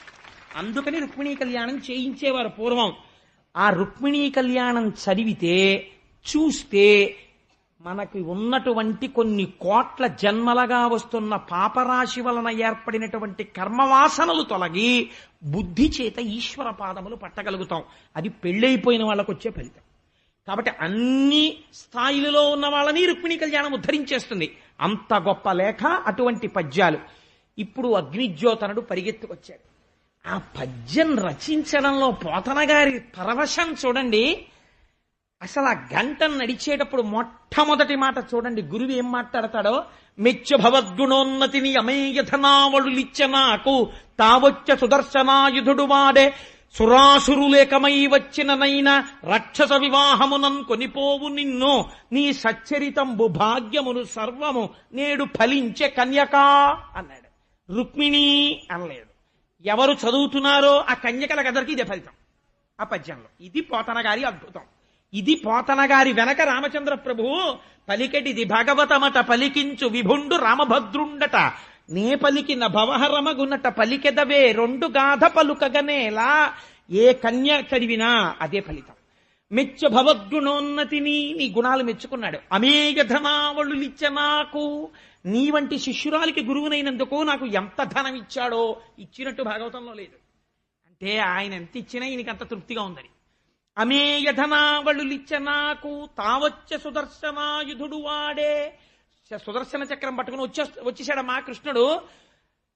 సురాసురులేకమై వచ్చిననైనా, దేవతలు రాక్షసులు కలిసి వచ్చినా సరే, దిక్కుమల్ల శిశుపాలుడు ఏపాటి రాక్షస వివాహముననుకొని పోవు నిన్ను. రాక్షస వివాహంలో తీసుకెళ్తాడు. రాక్షస వివాహం అంటే పెద్దవాళ్ళ సమ్మతి లేకుండా తీసుకెళ్ళడం. 8 వివాహ విధాల్లో అదొకటి. అందుకని ఇది శరణాగతి. అందుకని శత్రువుల్ని అణిచి ఈశ్వరుడు పొందుతాడు. అందుకని రాక్షస వివాహమే ఇక్కడ. అందుకని రాక్షస వివాహముననుకొని పోవు నిన్ను నీ సచ్చరితంబు భాగ్యమును సర్వము నేడు ఫలించే కన్యకా, నీ యొక్క జీవితం ఫలించింది. ఇది రేపు కన్యలందరూ కూర్చుని పద్యాలు చెప్తే వాళ్ళందరి మీదకి బ్రాహ్మణులు వచ్చి ఆ అక్షతలు పోసినటువంటి ఆ అక్షతల్ని, తలంబ్రాల అక్షతల్ని చల్లుతారు. చల్లితే అదే నీ జీవితం పండింది కన్యకా అని ఆశీర్వచనంతో సమానం అవుతుంది. ఇప్పుడు తల్లి పరమ సంతోషాన్ని పొందింది. నేను ఎక్కడ కొంచెం బాధపడుతుంటానంటే, నా ఇంటికి అనుకోకుండా ఇవాళ నేను దాని గురించే కొద్దిగా ఆలోచన చేస్తుంటే ఎవరో నా ఎందుకు చాలా ప్రీతి కలిగిన వారు, ఆయన అస్తమానం బొప్పాయి పండుగ పట్టుకొస్తుంటారు నాకు. ఆయన ఇన్ని చెరుకు కర్రలు పట్టుకొచ్చారు. నాకైతే అనిపించింది, వారు నన్ను మన్నిస్తే కోటేశ్వరారికి ఇస్తే కోటేశ్వరారు ఇలా చేశారేమిటి అని అనుకోకండి. రేపు ఒక పని చేద్దామని అనుకుంటున్నాం. నేను ఆ చెరుకు కర్రలు రేపు ఉదయం తీసుకొచ్చి గుడికి ఇస్తాను. అమ్మవారు రుక్మిణీదేవి పార్వతీ పరమేశ్వరుల యొక్క ఆరాధన చేసింది. ఆడపిల్ల 5వ తనం నిలబడాలంటే గౌరీ తపస్సు చేయాలి. గౌరీ తపస్సు చేయించేటప్పుడు వాళ్ళు ఎంతో కష్టపడి ఏ లలితాష్టోత్తరంతోటో సహస్రంతోటో అమ్మవారికి కుంకుమార్చన చేయిస్తారు. చేయించేటప్పుడు ఇవాళ రేపు ఎలా అయిపోయిందంటే ఆ కుంకుమార్చన మీద ధ్యాస ఉండదు. అని ఉంటారు. ఎందుకంటే వీడియో ఉందటు, ఫోటోగ్రాఫర్ ఉన్నాడటు. అది మిమ్మల్ని రక్షించదు. జ్ఞాపకం పెట్టుకోండి. మీ జీవితానికి అంతటికి రక్షణ గౌరీ తపస్సులో ఆడపిల్ల చేసిన ఆ కుంకుమార్చనలోంచే వస్తుంది. అమ్మవారి అనుగ్రహం అక్కడే ప్రారంభమవుతుంది. కన్య సువాసినిగా మారబోతోంది. ఆ తరువాత ఆ పిల్ల తల్లి కావడానికి అన్నిటికీ కావలసిన అదృష్టం అప్పుడే కటాక్షింపబడుతుంది. మీకు ఓపిక ఉంటే లలితా సహస్రం తప్పులు లేకుండా చదవగలిగిన 10 మందిని ఆదరించి కూర్చోపెట్టి లలితా సహస్రం చదివించండి మాంగళ్యధారణ అయ్యే వరకు. గౌరీ తపస్సు జరుగుతున్నంతసేపు ఆడపిల్ల తదేక దృష్టితో పార్వతీదేవిని ఆరాధన చెయ్యాలి. అందుకే రుక్మిణీదేవి మౌనంతో దేవాలయానికి వెళ్ళింది, ఎవరితో మాట్లాడలేదు. ఇవాళ రేపు పెళ్లిళ్ళంటే ఎలా తయారయ్యాయంటే గౌరీ తపస్సు వీడియో ఇనపెట్టి పెట్లో ప్యాకెట్ల మీద రాసేసిన పేర్లు, ఎవడొచ్చాడు, ఎవడికి పెడదాం, మీల్స్, కాంట్రాక్ట్. అసలు తన కూతురు అభ్యున్నతి చూసుకోవడమే పోయింది. ఏం చెయ్యాలో పోతన గారు చెప్పారు. కొన్ని మంగళసూత్రాలు చేయించి వృద్ధ ముత్తైదువులకి ఇప్పించారు. చెరుకు కర్రలు కొందరు ముత్తైదువుల్ని ముందు పిలిచి ఇచ్చారు. రేపు నేను మా ఇంటికి వచ్చిన ఆ చెరుకు కర్రలు ఇక్కడికి పంపిస్తాను. పంపించి నా ఇంట్లో ఇవాళ ఆ చెరుకు కర్రలు పెట్టగానే కొన్ని కోట్ల మంది దేవతల స్వరూపమైనటువంటి ఒక స్త్రీ నా ఎదురుగుండా కనపడింది. అనుకోకుండా వచ్చి నేను వెంటనే రుక్మిణీదేవికి నమస్కారం చేసి పోతన గారికి నమస్కారం చేసి, నేను ఈ చెరుకు కర్రలు ఇస్తే తప్ప రుక్మిణీ కళ్యాణం చెప్పకూడదని వారు తెచ్చుంటారు, ఈవిడ వచ్చి ఉంటుందని 4 చెరుకు కర్ర ముక్కలు ఆవిడికి ఇచ్చొచ్చాను. కాబట్టి ఆవిడ ఈశ్వరాలయంలో చెరుకు కర్రలు పంచింది. మన పిల్లలకి మనం ఈ సంప్రదాయం నేర్పుకోవాలి. మా గౌరీ తపస్సు అయ్యే వరకు మాట్లాడకూడదు, మీరు మాట్లాడించకూడదు, ఆ పిల్ల మాట్లాడకూడదు. కుంకం వేస్తూ తదేక ధ్యానంతో నామాలు వినాలి. చక్కగా అయిపోయిన తర్వాత ఇన్ని కోట్లు లక్షలు ఖర్చు పెడుతున్న వాళ్ళు ఇన్ని చెరుకు కర్రలు తేలేరండి, ఇన్ని పువ్వులు తేలేరా, ఇంత పసుపు, ఇంత కుంకం, ఇన్ని గాజులు, చక్కగా ఒక్కొక్క చెరుకు కర్ర, అప్పాలు, పరమ పవిత్రమైన వంటకం. అప్పాలు వండించారు భీష్మకుడు. వండించి ఒక్కొక్క అప్పం, ఈ చెరుకు కర్ర, మంగళసూత్రం, పరమ మంగళద్రవ్యం ఆడపిల్ల సువాసనకి ఇవ్వవలసింది ఏమిటో తెలుసా అండి? పెళ్లిపీటల మీద కూర్చునే ముందు ఉప్పు ఇవ్వాలి. ఉప్పిచ్చి కూర్చోవాలి. ఉప్పు పుచ్చుకొని అనకూడదు. ఆ సమయంలో మాంగళ్య దేవత కింద తాను పుచ్చుకుంటుంది. పుచ్చుకుని ఆశీర్వచనం చేస్తారు. దీర్ఘ సుమంగళి భవ. పసుపు కుంకాలతో 3 తరాలు చూసి ఆనందంగా నీ భర్త ధర్మాత్ముడై చేయి పట్టుకుని 7 తరాలు చెప్పుకునేట్టు బ్రతికి ముసలిదాని అయిపోయి పండు వగ్గైపోయి పరమ ఆరోగ్యంతో ఉన్న నీ భర్త తొడ మీద తలపెట్టుకుని నువ్వు చెప్తున్న పద్యాన్ని ఆయన పూర్తి చేస్తుండగా ఆయన ముఖం చూస్తూ మళ్లీ జన్మ అంటూ ఉంటే ఆయనకే భార్య వాళ్ళని కోరుకుంటూ వెళ్ళిపోయే అదృష్టము ఈమె పొందుగాక అని ఆశీర్వదించగలగాలి మనస్సులో. ఆ ఆశీర్వచనమే అంగరక్షయై నిలబడుతుంది. కాబట్టి ఆ చెరుకు కర్రలు పంచింది, మంగళసూత్రాలు పంచింది, అప్పాలు పంచింది. అప్పుడు చెప్పింది, నమ్మితి నామనంబున సనాతనులైన ఉమామహేశులన్ మిమ్ము పురాణ దంపతుల మేలు భజింతు కదమ్మ, మేటి పెద్దమ్మ దయాంబురాశివి కదమ్మ, హరిన్ పతిచేయుమమ్మ, నిను నమ్మిన వారికన్నటికి నాశము లేదు కదమ్మ ఈశ్వరీ. ఎంత గొప్ప పద్యం అండి! ఈ పద్యం రావద్దండి. నాకు మా అబ్బాయి అధికారం ఇస్తే నేను అడిగే ప్రశ్న ఇదే, నీకు ఈ పద్యం వచ్చా అని అడుగుతా నా కాబోయే కోడల్ని. ఇది వస్తేనే క్వాలిఫికేషన్. అంటే నేను ఎందుకలా రెచ్చిపోతుంటా అనుకోకండి, అదో ఆనందం అంతే నాకు. నమ్మితి నామనంబున సనాతనులైన ఉమామహేశులన్. ఎంత ధైర్యంగా చెప్తోందండి ఆవిడ. సనాతనులైనటువంటి పార్వతీ పరమేశ్వరుల్ని నేను ఇక్కడ నమ్మాను. ఉమామహేశులన్ మిమ్ము పురాణ దంపతుల మేలు భజింతు కదమ్మా. ఇది గౌరీ తపస్సు అంటే. అమ్మా మీరిద్దరూ కూడా సనాతనముగా ఆది దంపతులు. ఈ లోకమునకంతటికీ వాగర్ధ వివసంపృక్తం వాగర్ధ ప్రతిపత్తయే జగత పితరౌ వందే పార్వతీ పరమేశ్వరౌ. ఎప్పటి నుంచి ఉన్నారో అమ్మా నువ్వు ఎంత పుటమ్మ, చాలా పెద్దమ్మ, సురారులమ్మ, కడుపారడి బుచ్చినయమ్మ, తన్ను లోనమ్మిన వెల్పుటమ్మల మనంబున ఉండెడి అమ్మ దుర్గమాయమ్మ అంటారు పోతన గారు. ఆయనకి ఎంత ఇష్టం. అందుకని నమ్మితి నామనంబున సనాతనులైన ఉమామహేశులన్. ఎటువంటి విశేషణం అండి! సనాతనులు, పూర్వజ అని పేరు ఆవిడికి. అన్నీ ఎప్పుడున్నాయో అంతకన్నా ముందు ఆవిడుంది. అంతటి సనాతనులైనటువంటి మీరు తరగని ఐదోతనంతో నువ్వు ఉన్నావు కదమ్మా, అలా నన్ను కూడా ఐదోతనంతో నిలబెట్టవా తల్లి, నాకు ఆ పసుపు కుంకాలు ఇవ్వవా? సనాతనులైన ఉమామహేషులన్ మిమ్ము పురాణ దంపతుల మేలు భజింతు కదమ్మ, మేటి పెద్దమ్మ దయాంబుర శివి కదమ్మ, హరిన్ పతి చేయుమమ్మ. ఈ పద్యం ఎవరు చదివినా అలాగే అవుతుంది. ఎందుకో తెలుసా అండి, కన్యాదాత దానం చేస్తే పెళ్లి కొడుకులో నారాయణుణ్ణి చూసే చేస్తాడు. అలాంటి యోగ్యుడైన వరుడు వస్తాడు. హరిన్ పతి చేయుమమ్మ. ఎవరికైనా అనుమానం ఉంటుందేమోనని పోతన గారు నివృత్తి చేసేస్తున్నారు. నిన్ను నమ్మిన వారికెన్నటికి నాశము లేదు కదమ్మా ఈశ్వరీ. ఓ ఈశ్వరీ, నిన్ను ఎవరు నమ్ముతున్నారో వాళ్ళకి ఎన్నటికి నాశనం అన్న మాట లేదు, రక్షించి తీరుతావు అందంతే. ఇటు తిరిగింది. తిరిగి కాలి గోటితో ఇలా రాస్తూ కృష్ణుడు వచ్చి తీరుతాడు నేను చేసిన ఆరాధనకి, నన్ను ఆ పార్వతీ పరమేశ్వరుడు రక్షించి తీరుతారనుకుందంతే.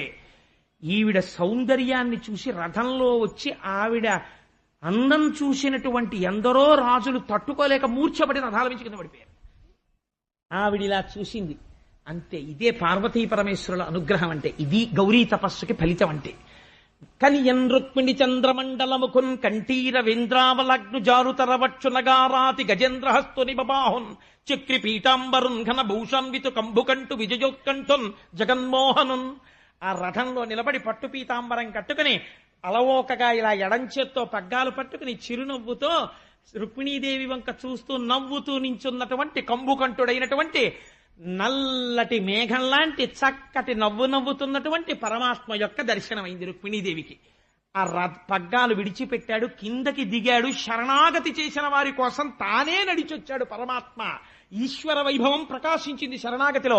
సర్వధర్మాన్ పరిత్యజ్య మామేకం శరణం వ్రజ అహం త్వా సర్వపాపేభ్యో మోక్షయిష్యామి మా శుచ. ఈశ్వర ప్రతిజ్ఞ. తానే రథం దిగి నడిచొచ్చాడు. అలవోకగా అమ్మవారిని పాణిగ్రహణం చేశాడు, చెయ్యి పట్టుకున్నాడు, రథం ఎక్కించుకున్నాడు. ఇంతమంది వాళ్ళిద్దరిని చూస్తూనే ఉన్నారు, ఎవరికి స్పృహ లేదు. రథం తోలుకుంటూ వెళ్ళిపోతున్నాడు. ఉరే ఉరే ఉరే ఉరే కృష్ణుడు ఎత్తుకుపోయాడు రా రుక్మిణీదేవిని అన్నారు. వీళ్ళందరికీ స్పృహ వచ్చింది. ఎత్తుకుపోతున్నవాడు కృష్ణుడు. పరుగు పరుగున వెనక్కి వెళ్ళారు. వెళ్లి శిశుపాలుడికి జరాసంధుడికి చెప్పారు.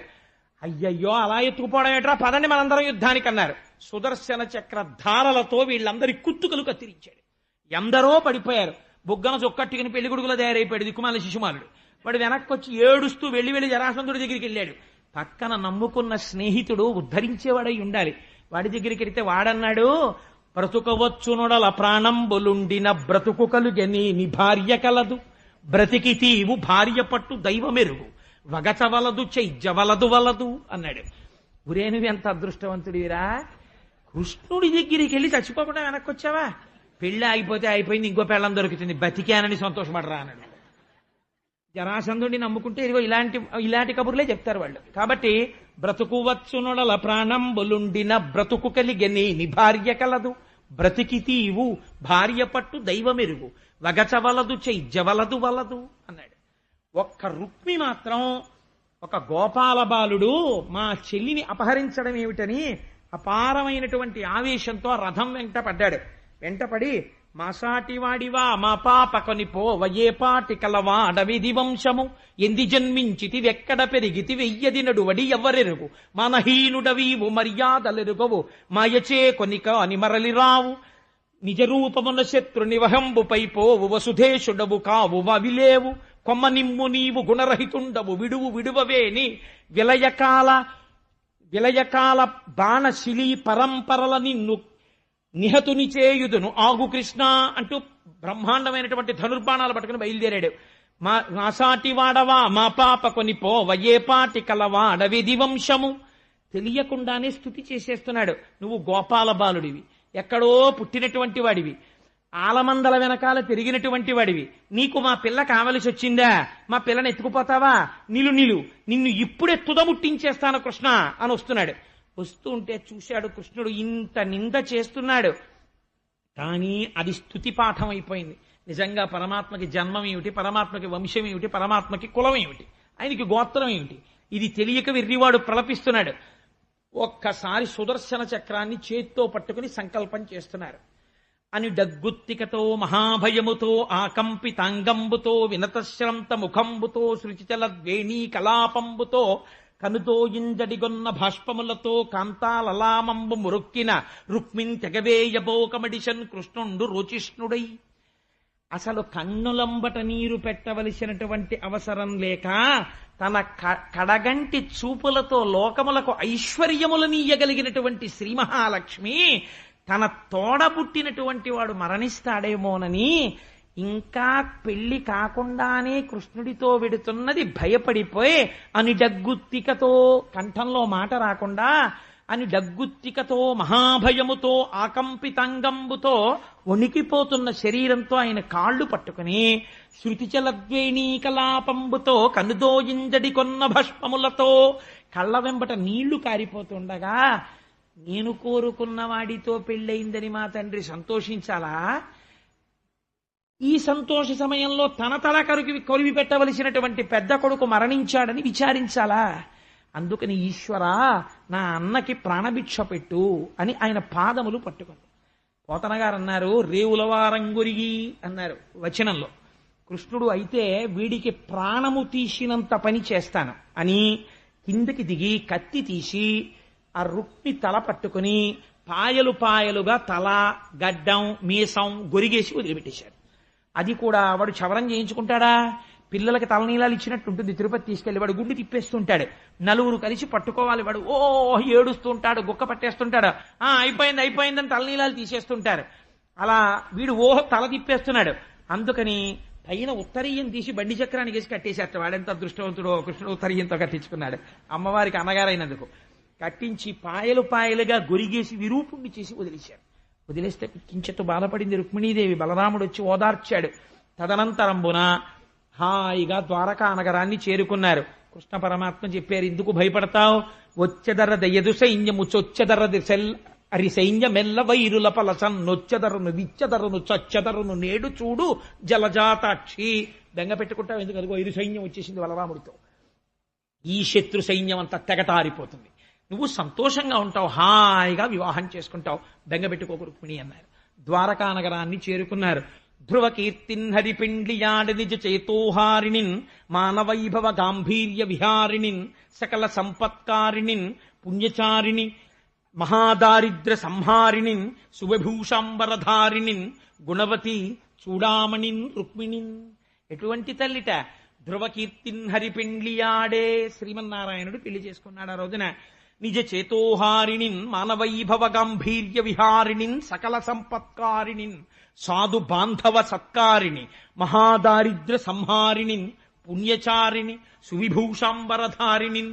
మంచి పట్టుపుట్టం కట్టుకున్నది, దరిద్రాన్ని నాశనం చెయ్యగలిగినది. కోడలంటే అలా ఉండాలి. కాబట్టి దరిద్రాన్ని నాశనం చెయ్యగలిగినది, ఇంటికొచ్చినటువంటి బంధువుల్ని స్నేహితుల్ని ఆదరంతో చూడగలిగినది, పుత్రపౌత్రాభివృద్ధిగా వంశాన్ని పెంచగలిగినటువంటిది, చక్కటి చిరునవ్వుతో అందరినీ ఆదరించేటటువంటి స్వరూపమున్నది, మంచి గుణములు కలిగినటువంటిది. ఇటువంటి రుక్మిణీదేవిని కృష్ణుడు ద్వారకానగరమునందు పెద్దలందరి సమక్షములో వివాహమును చేసుకున్నాడు. రేపటి రోజున కాకినాడ పట్టణము ఎవరైనా మీ దగ్గరికి వచ్చి ఏ ఊరండి ఇదని అడిగారు అనుకోండి, ఏం చెప్పాలి? ద్వారకా అని చెప్పాలి. మనందరం ద్వారకావాసులం. అంతమంది ద్వారకావాసుల సమక్షంలో అదిగో వేదిక సిద్ధమైపోతోంది. మీకు శుభలేఖలు ఇచ్చేశారు, పెళ్లివారందరూ వచ్చేశారు, అగ్నిజ్యోతనుడు వచ్చేస్తారు. అనఘ ఆదిలక్ష్మి అయిన రుక్మిణితోడ క్రీడ సల్పుచున్న కృష్ణ చూచి పట్టణంబులోని ప్రజలుల్లసిల్లిరి ప్రీతులగుచు ముక్త భీతులగుచు. అనఘ ఆదిలక్ష్మి అయిన రుక్మిణితోడ, ఆ శ్రీ మహాలక్ష్మియే రుక్మిణీదేవి. ఆవిడ పక్కన కృష్ణుడు కూర్చుంటే ఆవిడ మన మొరలు వినిపిస్తుంది, దయాశాలి అయి మనల్ని రక్షిస్తుంది. ఇంకా మనకేం కావాలి? మన అందరం భయాలు వదిలిపెట్టి పరమ సంతోషముగా ఉండవచ్చు. ఇవాళ మీరు చెవులతో ఏది విన్నారో దాన్ని రేపు కన్నులతో జుర్రబోతున్నారు. శ్రీముద్రాంకిత గోవింద కష్ట నివారణ గోవింద గోవింద హరి గోవింద గోకుల నందన గోవింద వజ్రమకుటధర గోవింద గోవింద హరి గోవింద గోకుల నందన గోవింద వరాహమూర్తివి గోవింద గోవింద హరి గోవింద గోకుల నందన గోవింద పాప వినాశక గోవింద గోవింద హరి గోవింద గోకుల నందన గోవింద పాహి మురారే గోవింద గోవింద హరి గోవింద గోకుల నందన గోవింద లక్ష్మణగ్రజ గోవింద గోవింద హరి గోవింద గోకుల నందన గోవింద లక్ష్మీవల్లభ గోవింద గోవింద హరి గోవింద గోకుల నందన గోవింద వసుదేవతనయ గోవింద